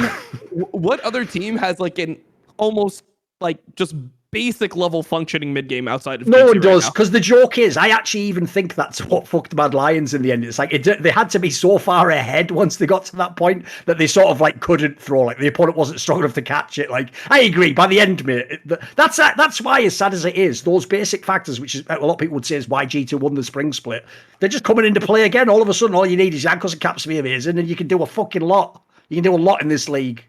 Yeah, and they play. I think they play enough of the OP champions now, G2, because I think one of the issues was they were like behind the meta, but now that BB kind of has a reasonable Gwen. Before I thought his Gwen was like pretty bad at MSI compared to like, well, even if he didn't want to play it. Well, yeah, I mean he didn't want to like it was into Zeus and Bin. There's no Zeus and Bin right now in LEC. So his Gwen is good for LEC standards, and then you have like Draven that Flocket could play, so they could play like strong meta picks. So now they're one of the teams that's actually hard to play in because you can't even do the strategy. I mean, G2 could actually give Ord away for a game and just play Gwen into it if Gwen's up. They actually have that option to potentially play into the enemy team, which, you know, before they didn't really have that. They would play like GP or something and just lose the game. So I just feel like... I'll give you another reason you could even do it, Dom. You could also give away a fucking Ord if you're going to have Cap Silas just use the fucking ult anytime you want. Like, the joke is it might even be beneficial sometimes. That could even be good. Yeah, it's tough. You're just a better version, aren't you? You're just now super powered Silas, and you have an Ord ult. Like, that's pretty nice. It's not bad. So do you think you're taking G2 to win this, right? Yeah, I mean this is G2's tournament to lose basically. I think that there's some ways where I think Caps and Jankos, they're playing a little bit too disrespectfully. But then we'll see when they play at Worlds, right? Like if that's an LEC specific thing where they know that these teams have no idea what they're doing on the map, so they can be in these very advanced positions and stuff. Or is this something that they will actually get exploited for when they play against the likes of a V5 or RNG? When you say it's their turn to lose, obviously you're specifically meaning like basically if they do their job, no one can stop them. So what makes them? Why do you think no one can handle them in this set of playoffs? So it goes back to what I was saying, right? Like I think that this is a team that is the right meta read. They're the right players for the right meta in terms of being able to execute a proactive game plan. In terms of how they execute a proactive game plan as well, I think they check a lot of the right boxes in terms of it.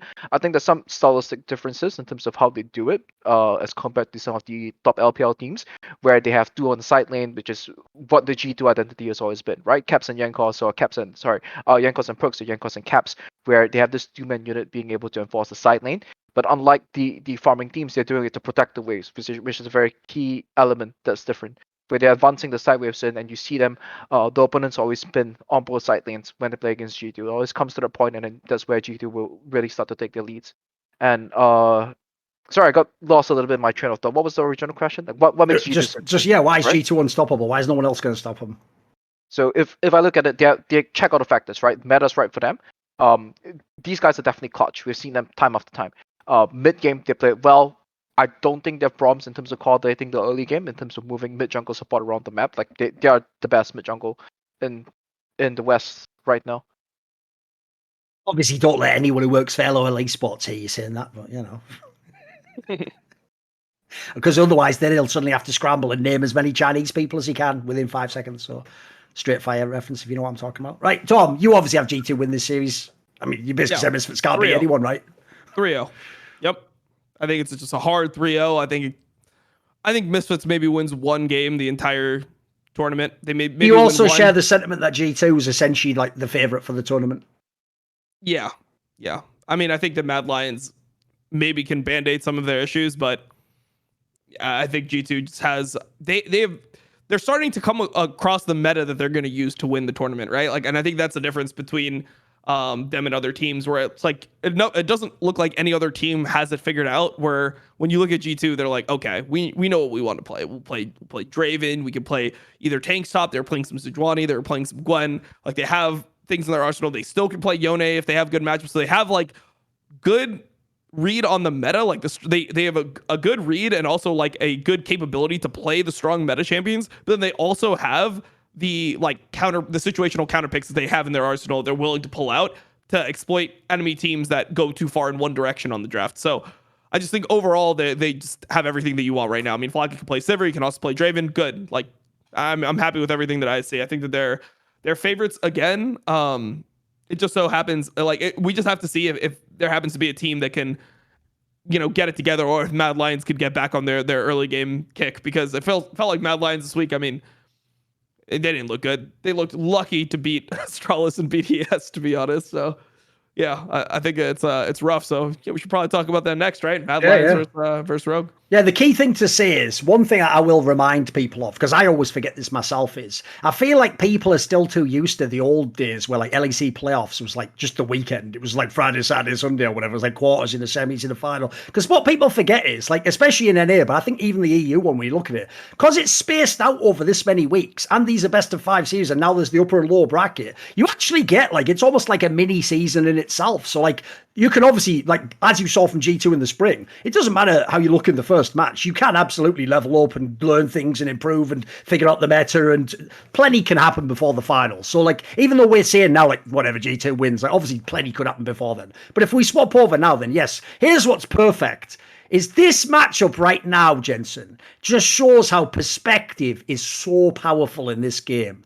Because if this was any week before, I'm going to say, like, maybe the second to last week of the split, everyone would have picked Mad Lions easy win this series. They would even be like, stylistically, they're just a better version of like Rogue. Like, Rogue's not going to be like, blah, blah, they haven't got the meta read yet. They're not looking strong enough. Like, but what's funny is I actually get the vibe. This is my prediction when we go into this. I get the vibe you're going to do something a bit similar to what you did with XL on the Rogue side, which I can see from your perspective why that might work. But what's funny is I'm almost certain Dom, like he did with the Fnatic angle, is going to just talk himself into the Mad Lions angle because he doesn't believe in, instead of XL, Rogue this time. I think it's going to be a similar scenario, because what's funny is I knew Monty would do this. Monty thinks Rogue's going to win because he's doing the, like, if you just look at like the last few weeks, then you look at how the teams play overall, like, can Mad Lions actually even beat them at the moment? And they look pretty bad. So start me out, Jensen. Where are you at on this matchup? Are you actually favouring Mad? Because obviously for most of the split they were the best team. I actually favor Mad. I mean, I've been a Rogue hater for the longest time, and come on then. I have zero faith in this team. But everybody was imagine liking XL and hating Rogue. Like, you must be the guy before who's like, oh, fucking upset, he's shit, Patrick. Oh my god! Yeah. Like, come on, hit me. It's a very different approach to it. I know, I'm bantering. Come on, the game, right? Because like XL is a lot more towards the LPL style of things, whereas Rogue, the map setup and everything is a lot more towards the LCK, which I have quite a fair bit of issues with, where they play like this they play this 2-1-2, which I think is going to be very hard exploited by Mad Lions, right? So same thing. You have another farm centric team versus another map control centric team here. And I'm always going to be biased towards the map control centric side of things, where I think the Mad Lions, their problem is that let me just flip to my notes where I have Mad Lions written down first, right? Where the problem is that they're too fast on the play. Where when you want to play, the big idea about playing this map control centric style of things is that you have to decide, are you approaching the map through the side lane or through the mid lane? And to determine that, you have to determine, are you faster than your opponents on the map? If you're faster than your opponents on the map, then you approach through the mid lane in general. And if you go to the mid lane, then you move into the side lane, but the problem is the Mad Lions is too fast to take those fights as well. It's kind of similar to the problems that XL is having. But against these teams like Rogue and stuff like that, where they're going to be 2-1-2, right? There's 2 people on either side of the map. So even if Mad Lions rushes to play, there's going to be a supporter jungler that's stranded on the other side of the map. And I think that stylistically, this is the reason why, even if Rogue, where I think the strengths of this team is in the laning phase, right? That they're very solid laners, they play the laning states really well, and they know how to get Larson a hit in this lane. But even if he's able to get those leads with the type of champions that he plays, they won't be able to contest Mad Lions on the side lanes. I think that they have been experimenting. We saw IWillDominate pick up the Renekton.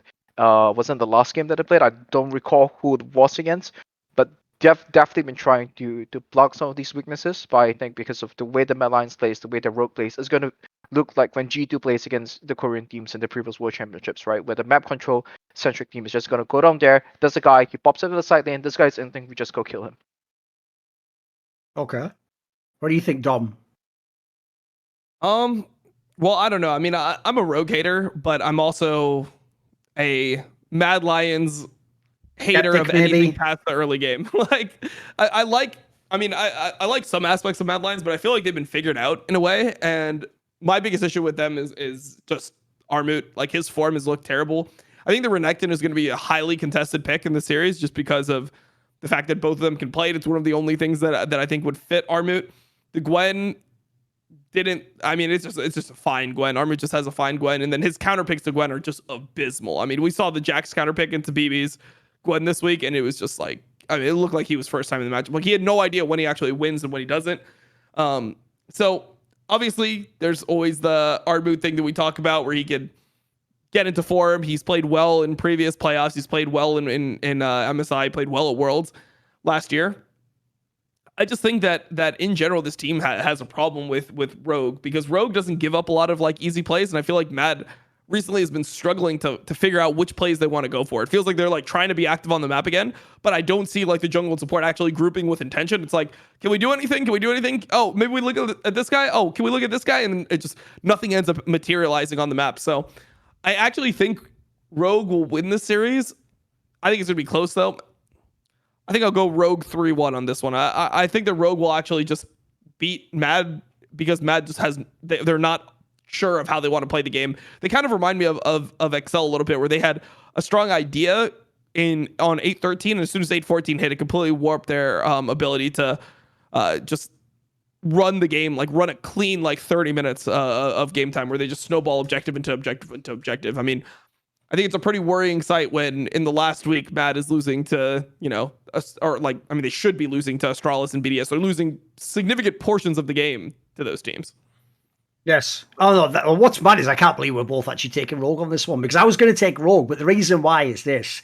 It's a sort of a synthesis of the 2 points you're making. Like, basically what I think will happen is, the joke is I'm actually just voting against Mad Lions, because it's not that I think Rogue is like going to be mad superior, but I actually think though basically they will just be boring. They will draft fairly well. They will just farm up. And the point is this, here's a key distinction to make, because I notice this terminology gets thrown around a lot. You know, when people talk about a team like Mad Lions, the way you might describe them, right, is as a front runner. Right, there's two different types of front runner though. There's a front runner who gets ahead and just crushes you and closes the game. There's a front runner who gets ahead and then, like Rogue time back in the day, it's like, well, will I win this game or not? Or will I throw the... Let's see in the next 10 minutes. Anything could happen. Those teams I fucking hate, me. And also the other reason I hate those teams is because I can tell you, the players on those teams, dude, people might think because you're getting leads, you're going to be confident. No, it destroys your confidence, because you actually feel like, we can't do anything with leads. We just lose it. And by the way, that's worse, because then you think you need the lead. Now you think the lead's the crutch. So by the way, God forbid you ever start a game behind or fuck up the draft. Like, you're already mentally boomed. You think you need a mad lead and all the dragons just to win the game. That's a terrible place to go into. Mad Lions, if they come into this series in a perfect world, want to believe we're better players, we're a better team, and we beat them in all areas of the game. I don't think they can say that in most regards. I actually think even player-wise, that's the one area I thought Rogue got a little bit dirtied on by. Rogue's never had bad players. They've always got top players in nearly all the positions. Like, look, Malrang stylistically you can disagree with, but even then, I would say I've always thought what was unique about him was he just specifically seems to fit their team quite well. I actually think he'd be pretty whack on most of the other teams, but you put him on their team, somehow it does sort of like, yeah, essentially he's the little bit of a psycho to match out all the rest of them just being the fucking boring CS late number people watching. Around 17 CS now, like they're all just those fucking boring people. So I even think he sort of like brings out a little bit of the crazy they need in that team. So the issue is, I don't believe in the armor angle. Like I've told Dom in the past, he's basically relying on that narrative being real. He has to be the guy who somehow can just always get together in playoffs. That well may be the case. I'll see if it happens. If it does, I'll eat humble pie on that one. The only real thing I actually am worried about for Rogue is one aspect, which is if you just look at all the past playoffs with Rogue, one thing that does worry me is this. It feels like they always start the playoffs with the wrong meta read. Now, if you give them a chance in the playoffs, they'll improve, they'll respond to it. But the first series, they always seem to come in with a totally different perspective to all the other teams out there. And they think that they've like cracked it or they've got the... And basically, they essentially have to change. That's what makes them, by the end of the playoffs, like the top 3, top 4 team again. So the only thing I worry about slightly is that. And even then, by the way, the reason I don't worry about that, Jensen, is... Because as we say, if the meta remains as it is now, everyone in the last 3 weeks saw like all these fucking neon signs like this is how you play the game right now. And spoiler, it's a fucking scaling style with a tank top and farming mid laner. Like Rogue, I think you can handle this, bro. I think this recipe might be for you guys. You might have the ingredients for this one. Like they should be able to execute this all day long. Even their ADC just literally wants to have a hyper carry ADC, scale up and fucking win the team fight. Like the team's totally set up for this style. style. So if this style works, they're going to be a strong team in these playoffs. The joke is, I actually think, no joke, I think they might be in the final losing to G2 again, mate. I think it might be a rerun of the last playoffs. And that's, if I look at the teams right now, I'm taking Rogue to win this one.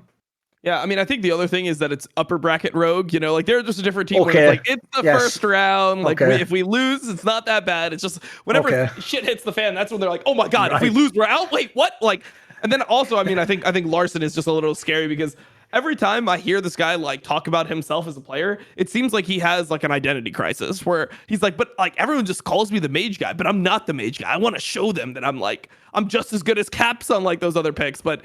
In reality, it's like, no, you are just the mage guy. You are better at mages than everything else. You are talented at mages, like in a special way. Like your spacing when you're on your game is extremely, extremely good. And he just has a good idea of like how to win lane and play his matchups. He's just really good at that. So as long as they don't psych themselves out and they don't come in with some like crazy raid where they're like, watch some LPL, and what we can do is we can, give Silas to Niski, and then we counter pick with Akali, and then you have like Larson Akali and shit. It's like, what the fuck is this? Like, I don't want to. And they have like a Renekton Akali team comp or something into tank plus Silas. Then I think you might have an issue. But as long as they play the way that they know they should play, I think that they'll take it. So yeah. By the way, I've got a little bit of info I can give you from the reflections I just released on exactly that topic. Because one area that you'd probably be really surprised by his answers on is when I asked Larson about exactly that, either how he sees himself as a player, or more importantly, like what champions he picks. Because here's what's crazy, dude. Obviously, I contrasted him with Froggen in the past. One area, if you watch this interview, you'll see it very much, that he is nothing like Froggen,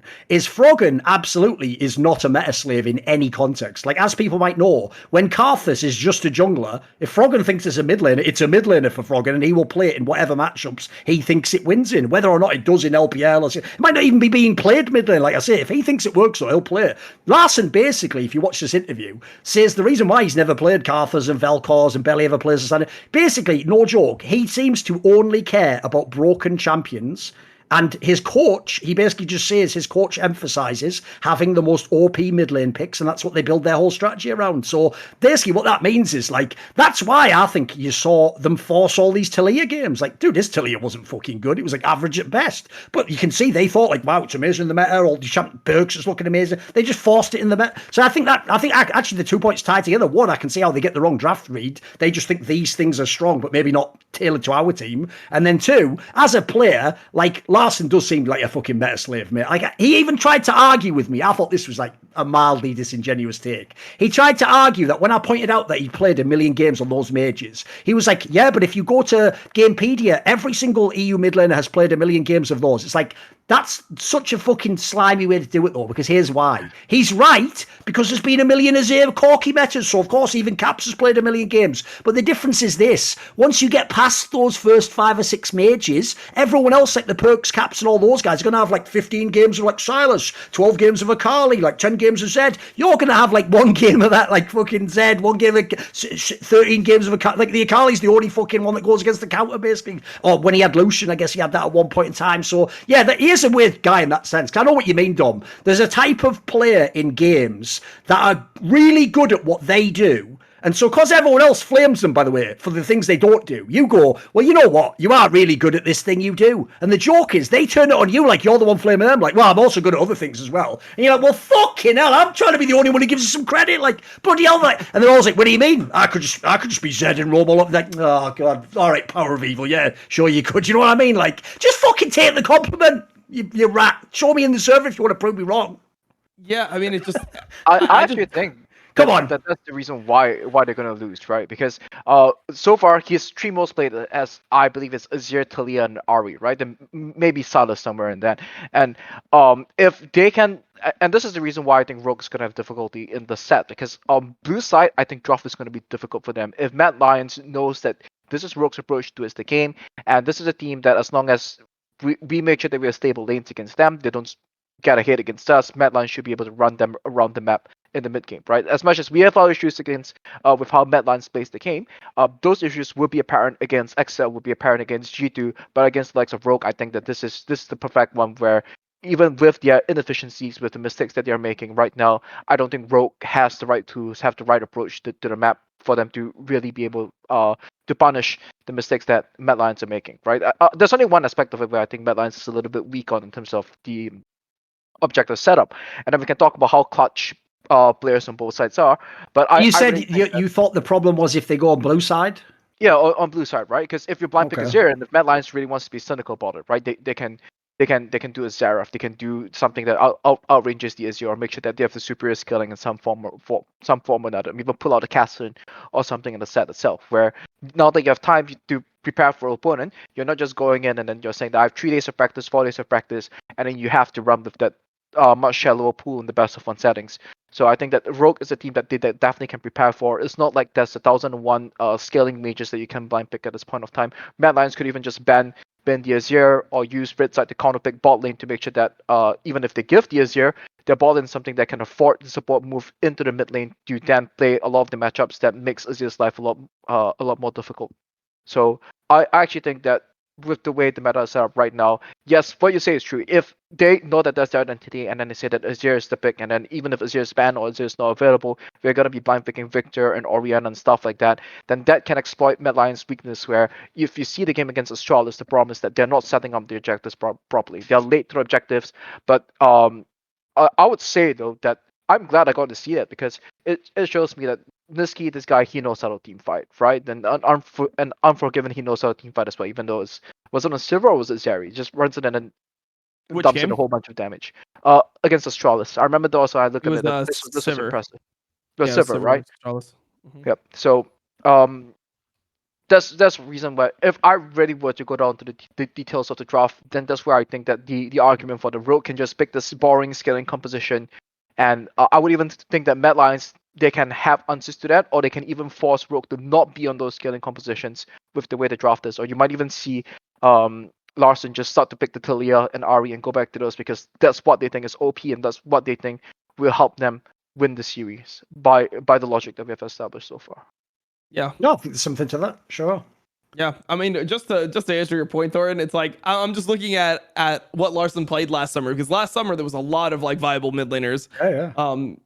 In the meta, and I was looking at a player, Knight, from LPL. If people know Knight, he just loves like playing. Plays everything, yeah. He always has like 15, 16, 18 champions played or something mental, yeah. Yeah. So that split, in terms of melee champions, he has 9 games Silas, 7 games Viego. Viego mid has 85% win rate on it. It was very playable early on the split before the nerfs. 4 games of Akali, 3 games of Lee Sin, 2 games of Nocturne, 1 game of Yone, 1 GP, 1 Aurelia, 1 Galio. Like, this guy is playing a ton of different stuff. And then you go and you look at Larson's, and it's Lucian, Orianna, TF, Ryze. He played 3 games of Jace, won 1 of them. LeBlanc, Syndra, Azir, and then he has 1 game Akali, 1 game Aurelia, 1 game Silas. So, like, these champions were super viable. I mean, Viego mid was super viable. Lee Sin mid was viable. Like, Nocturne was viable. Like, all these things were playable, and he just didn't play any of them. So I don't necessarily even buy the idea that, oh, that's just what the meta was. It's like, yeah, I mean, that maybe that's what like people were playing in Europe. But if you're really that good of a champion, then you would, or really that good on those types of champions, you'd be able to work those champions in, and you know the matchups to the degree of like what you counter. So Viego's really OP because you couldn't push it out of lane. So if they're playing a mage that had like not that much consistent damage, that would be what people would do. They would slam a Viego with Doran Shield. He would just be a movable mid lane. You just queue the minions over and over again, and there was nothing that the person could do. So I just feel like I just don't know why it's such a bad thing to be a mage player. You know, I guess it's just it's not as flashy. That's the thing that's what actually disappoints me though, Dom, is that like if you go and talk to Froggen and PoE, they're not going to even be apologetic. They're going to be like, this is the best way to play League of Legends according to me, and I prefer this style. Like, I don't give a fuck.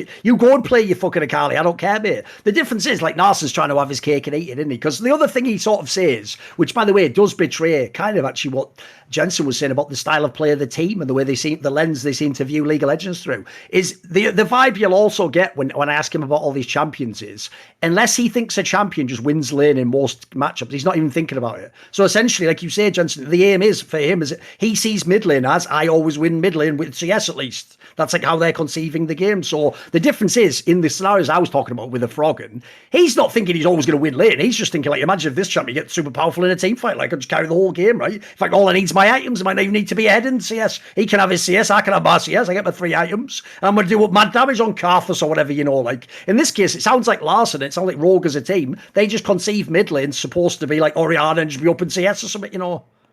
There's no shame in the mage playing game. There's nothing at all. No. The problem is this, and here's why there should be no shame in it, by the way, because automatically there's a natural bias to it because it doesn't produce as many highlights. So you're not going to get all the MVPs and stuff. So in my opinion, if you're a mage player, you're actually doing it the hard way. So if you can make it work, it's a style that works. It's a consistent style. Yeah. So, I mean, look, Rookie plays in LPL. He's a mage player to me. Like, he's the guy that plays Orianna, Talia, Victor, like Syndra. That's his game. I mean, every LPL player will have more of the melee mids just because of like the styles of the region. But I mean, he does that, and I don't think that anyone says, "Oh, but Rookie's a mage player." Like that's no. Rookie's not that good, man. He just plays mages. It's like, no, dude. Orianna can be fucking scary in the right hand. So I just hope that they double down on that because it's actually a viable way to play the game right now. And just to tie back into my rogue point, this is what I think that they will have the most success on. I mean, he pulled out the Victor this last week. Larson pulled out the Victor. I thought it looked good. You know, it was like, oh shit, Larson Victor. Oh, there's really another one that kills me, dude. That's why I worry about that answer of like, they're only going to pick it if they think it's OP.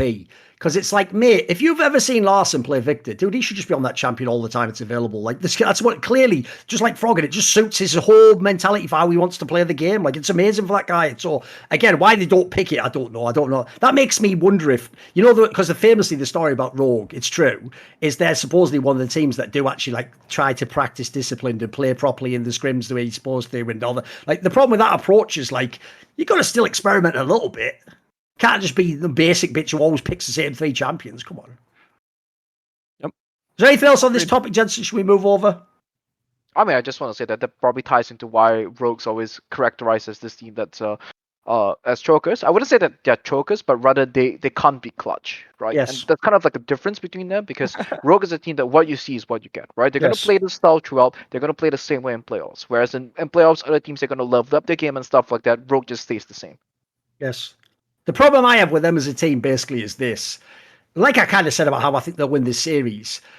Except when Malrang was going fucking ham in the spring, they generally as a team look like the team where it's like, we're just going to wait and see if you lose the game. It's like, okay, I mean, that can work. It's just you don't usually win the championship doing that.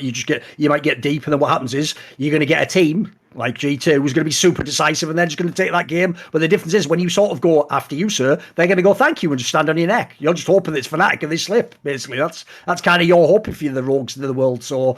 It's a great listen. The sad thing is, what they are is exactly how you could. Their team is actually a great example, by the way, of team building. If you had a small budget and you wanted to eventually end up with a team that consistently is high in placing in the splits and goes to every Worlds and has a chance to win the league, this is a great way to build a team. It's an excellent formula. The problem is you haven't gambled in a way where you could win the whole league, though. You don't have your caps. You don't have the guy who's just going to shitting on the whole league, no matter what the meta is. That guy doesn't really exist in Rogue, it seems like. I even feel like their style almost stops people being like that, you know. Because I've noticed in Counter-Strike, if you go very heavily tactical, you almost never have the individual best player in the world, just because the style limits them from doing that, you know. Like, normally the best player is the one who just has agency to do whatever he wants at any time.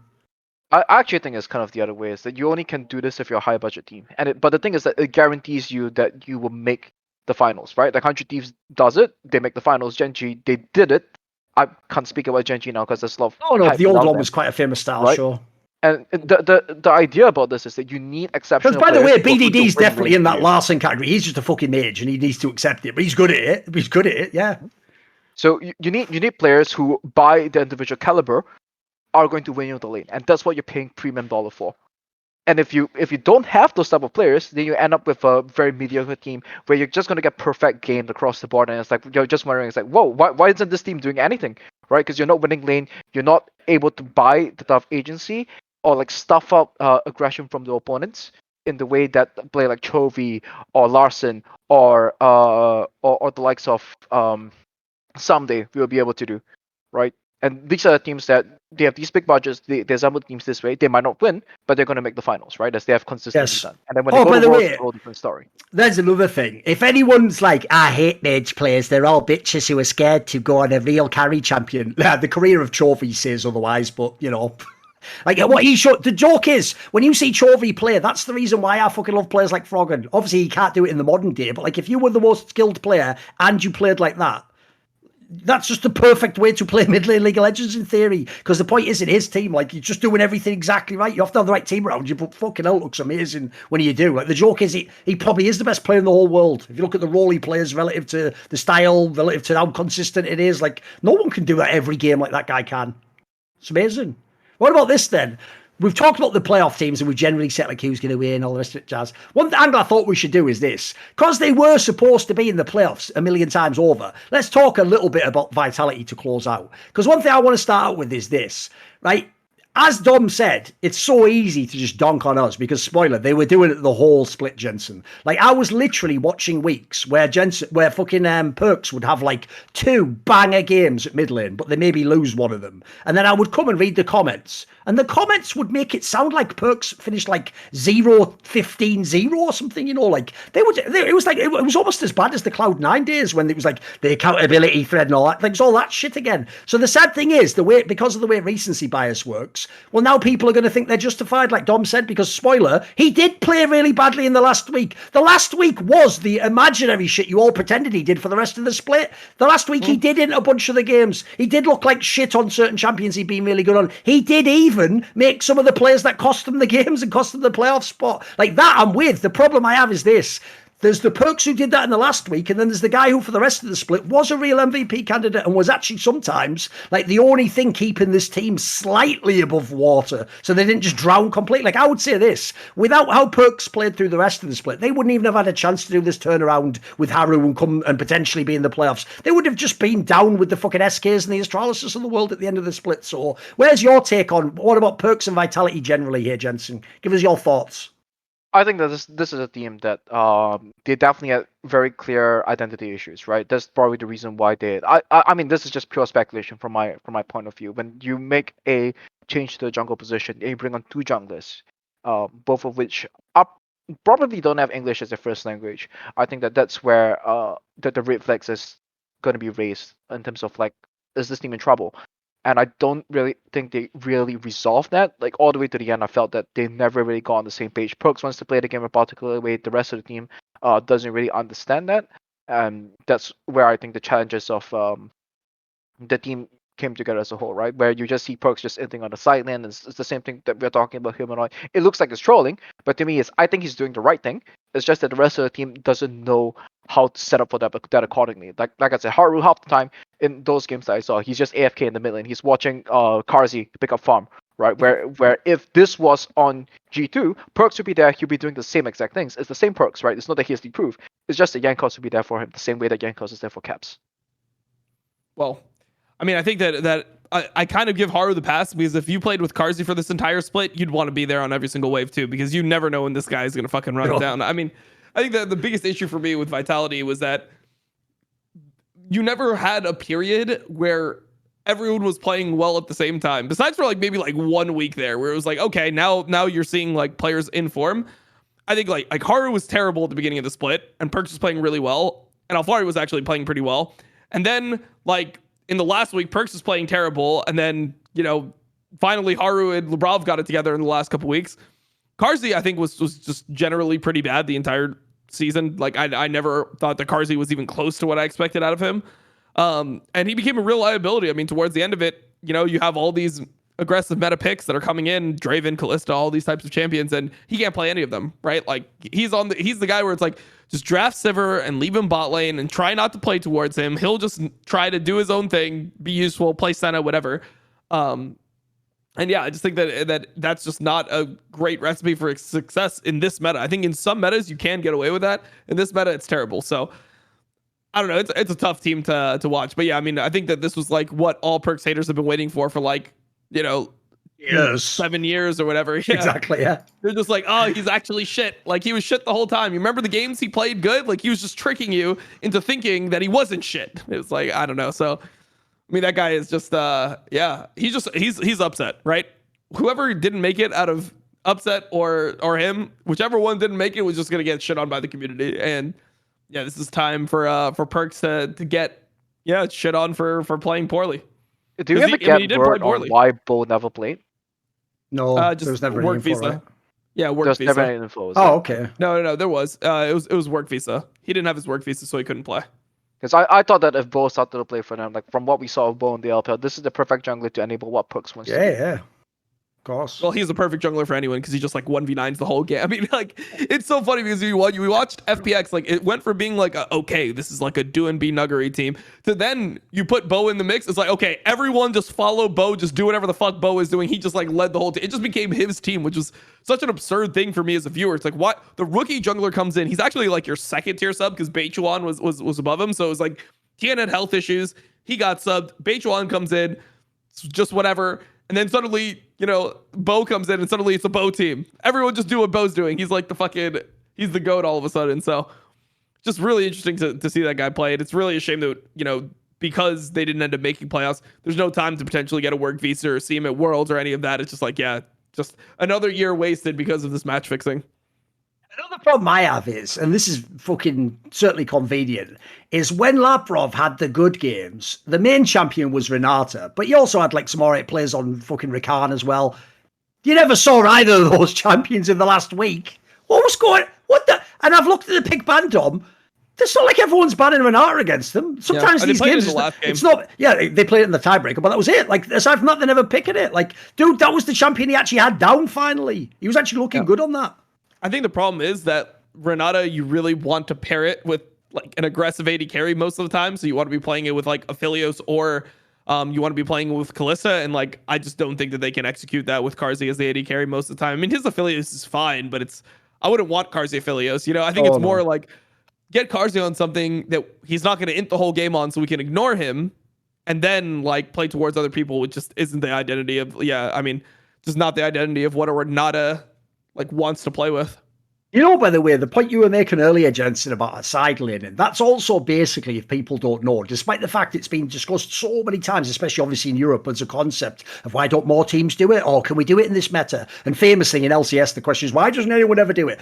These teams, by the way, just go watch our perk split, the whole split, you'll find out why people don't do it. Spoiler, I've known a lot of really great mid laners. They all say basically what you said there.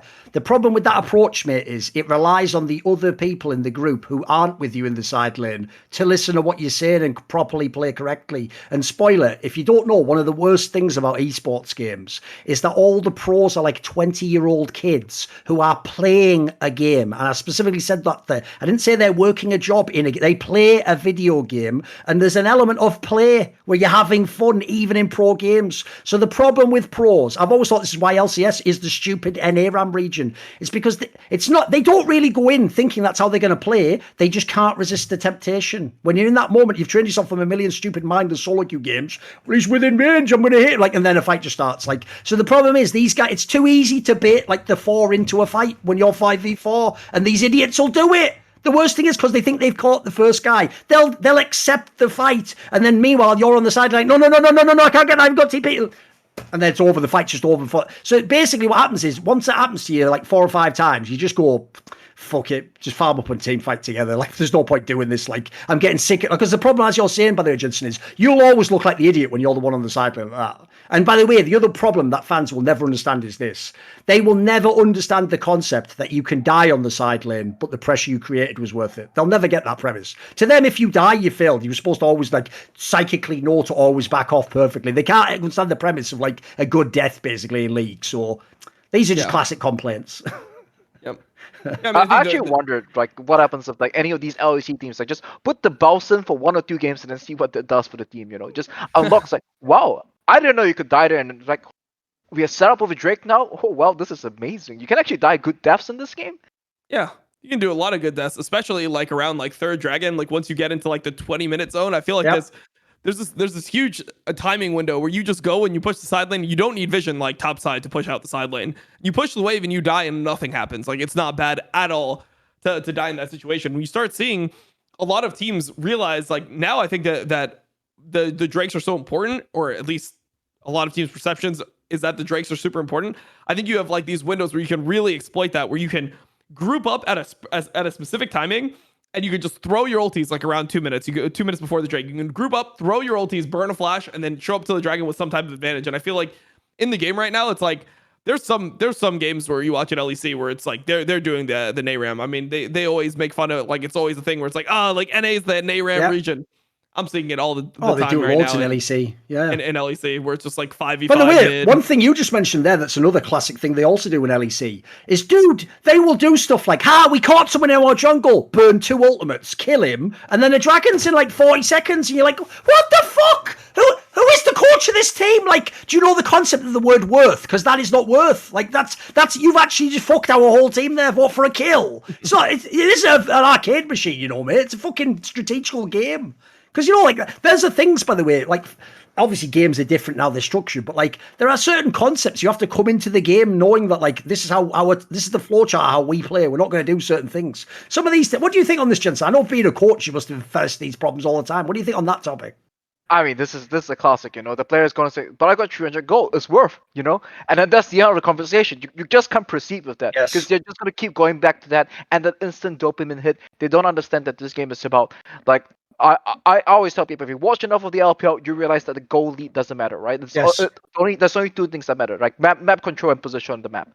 If you have these 2 things, it doesn't matter if you're down like 10k. You've seen like these crazy turnarounds before just because a team just overstayed, somebody reset at the wrong time, the opponent gets control over the objective setup. And yes, sometimes you just win because your wallet's that much richer.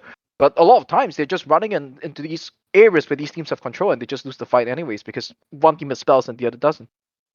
And one team has position and the other doesn't. Yeah, absolutely. I feel like too many people in League in general, by the way, just think that the only good way to win the game is to be the one making the action.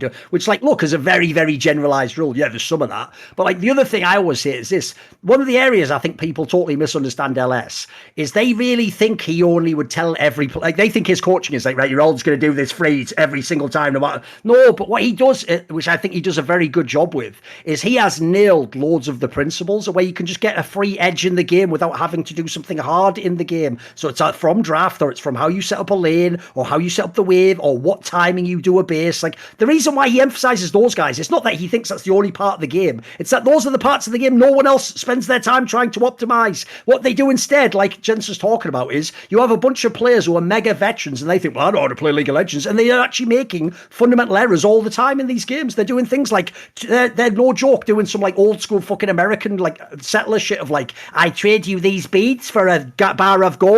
That's what they're doing with these kills. Like, these kills are stupid. Like, essentially, the joke is the LPL team would do that because they're just a better team. The LCK team wouldn't do that because they actually understand these principles.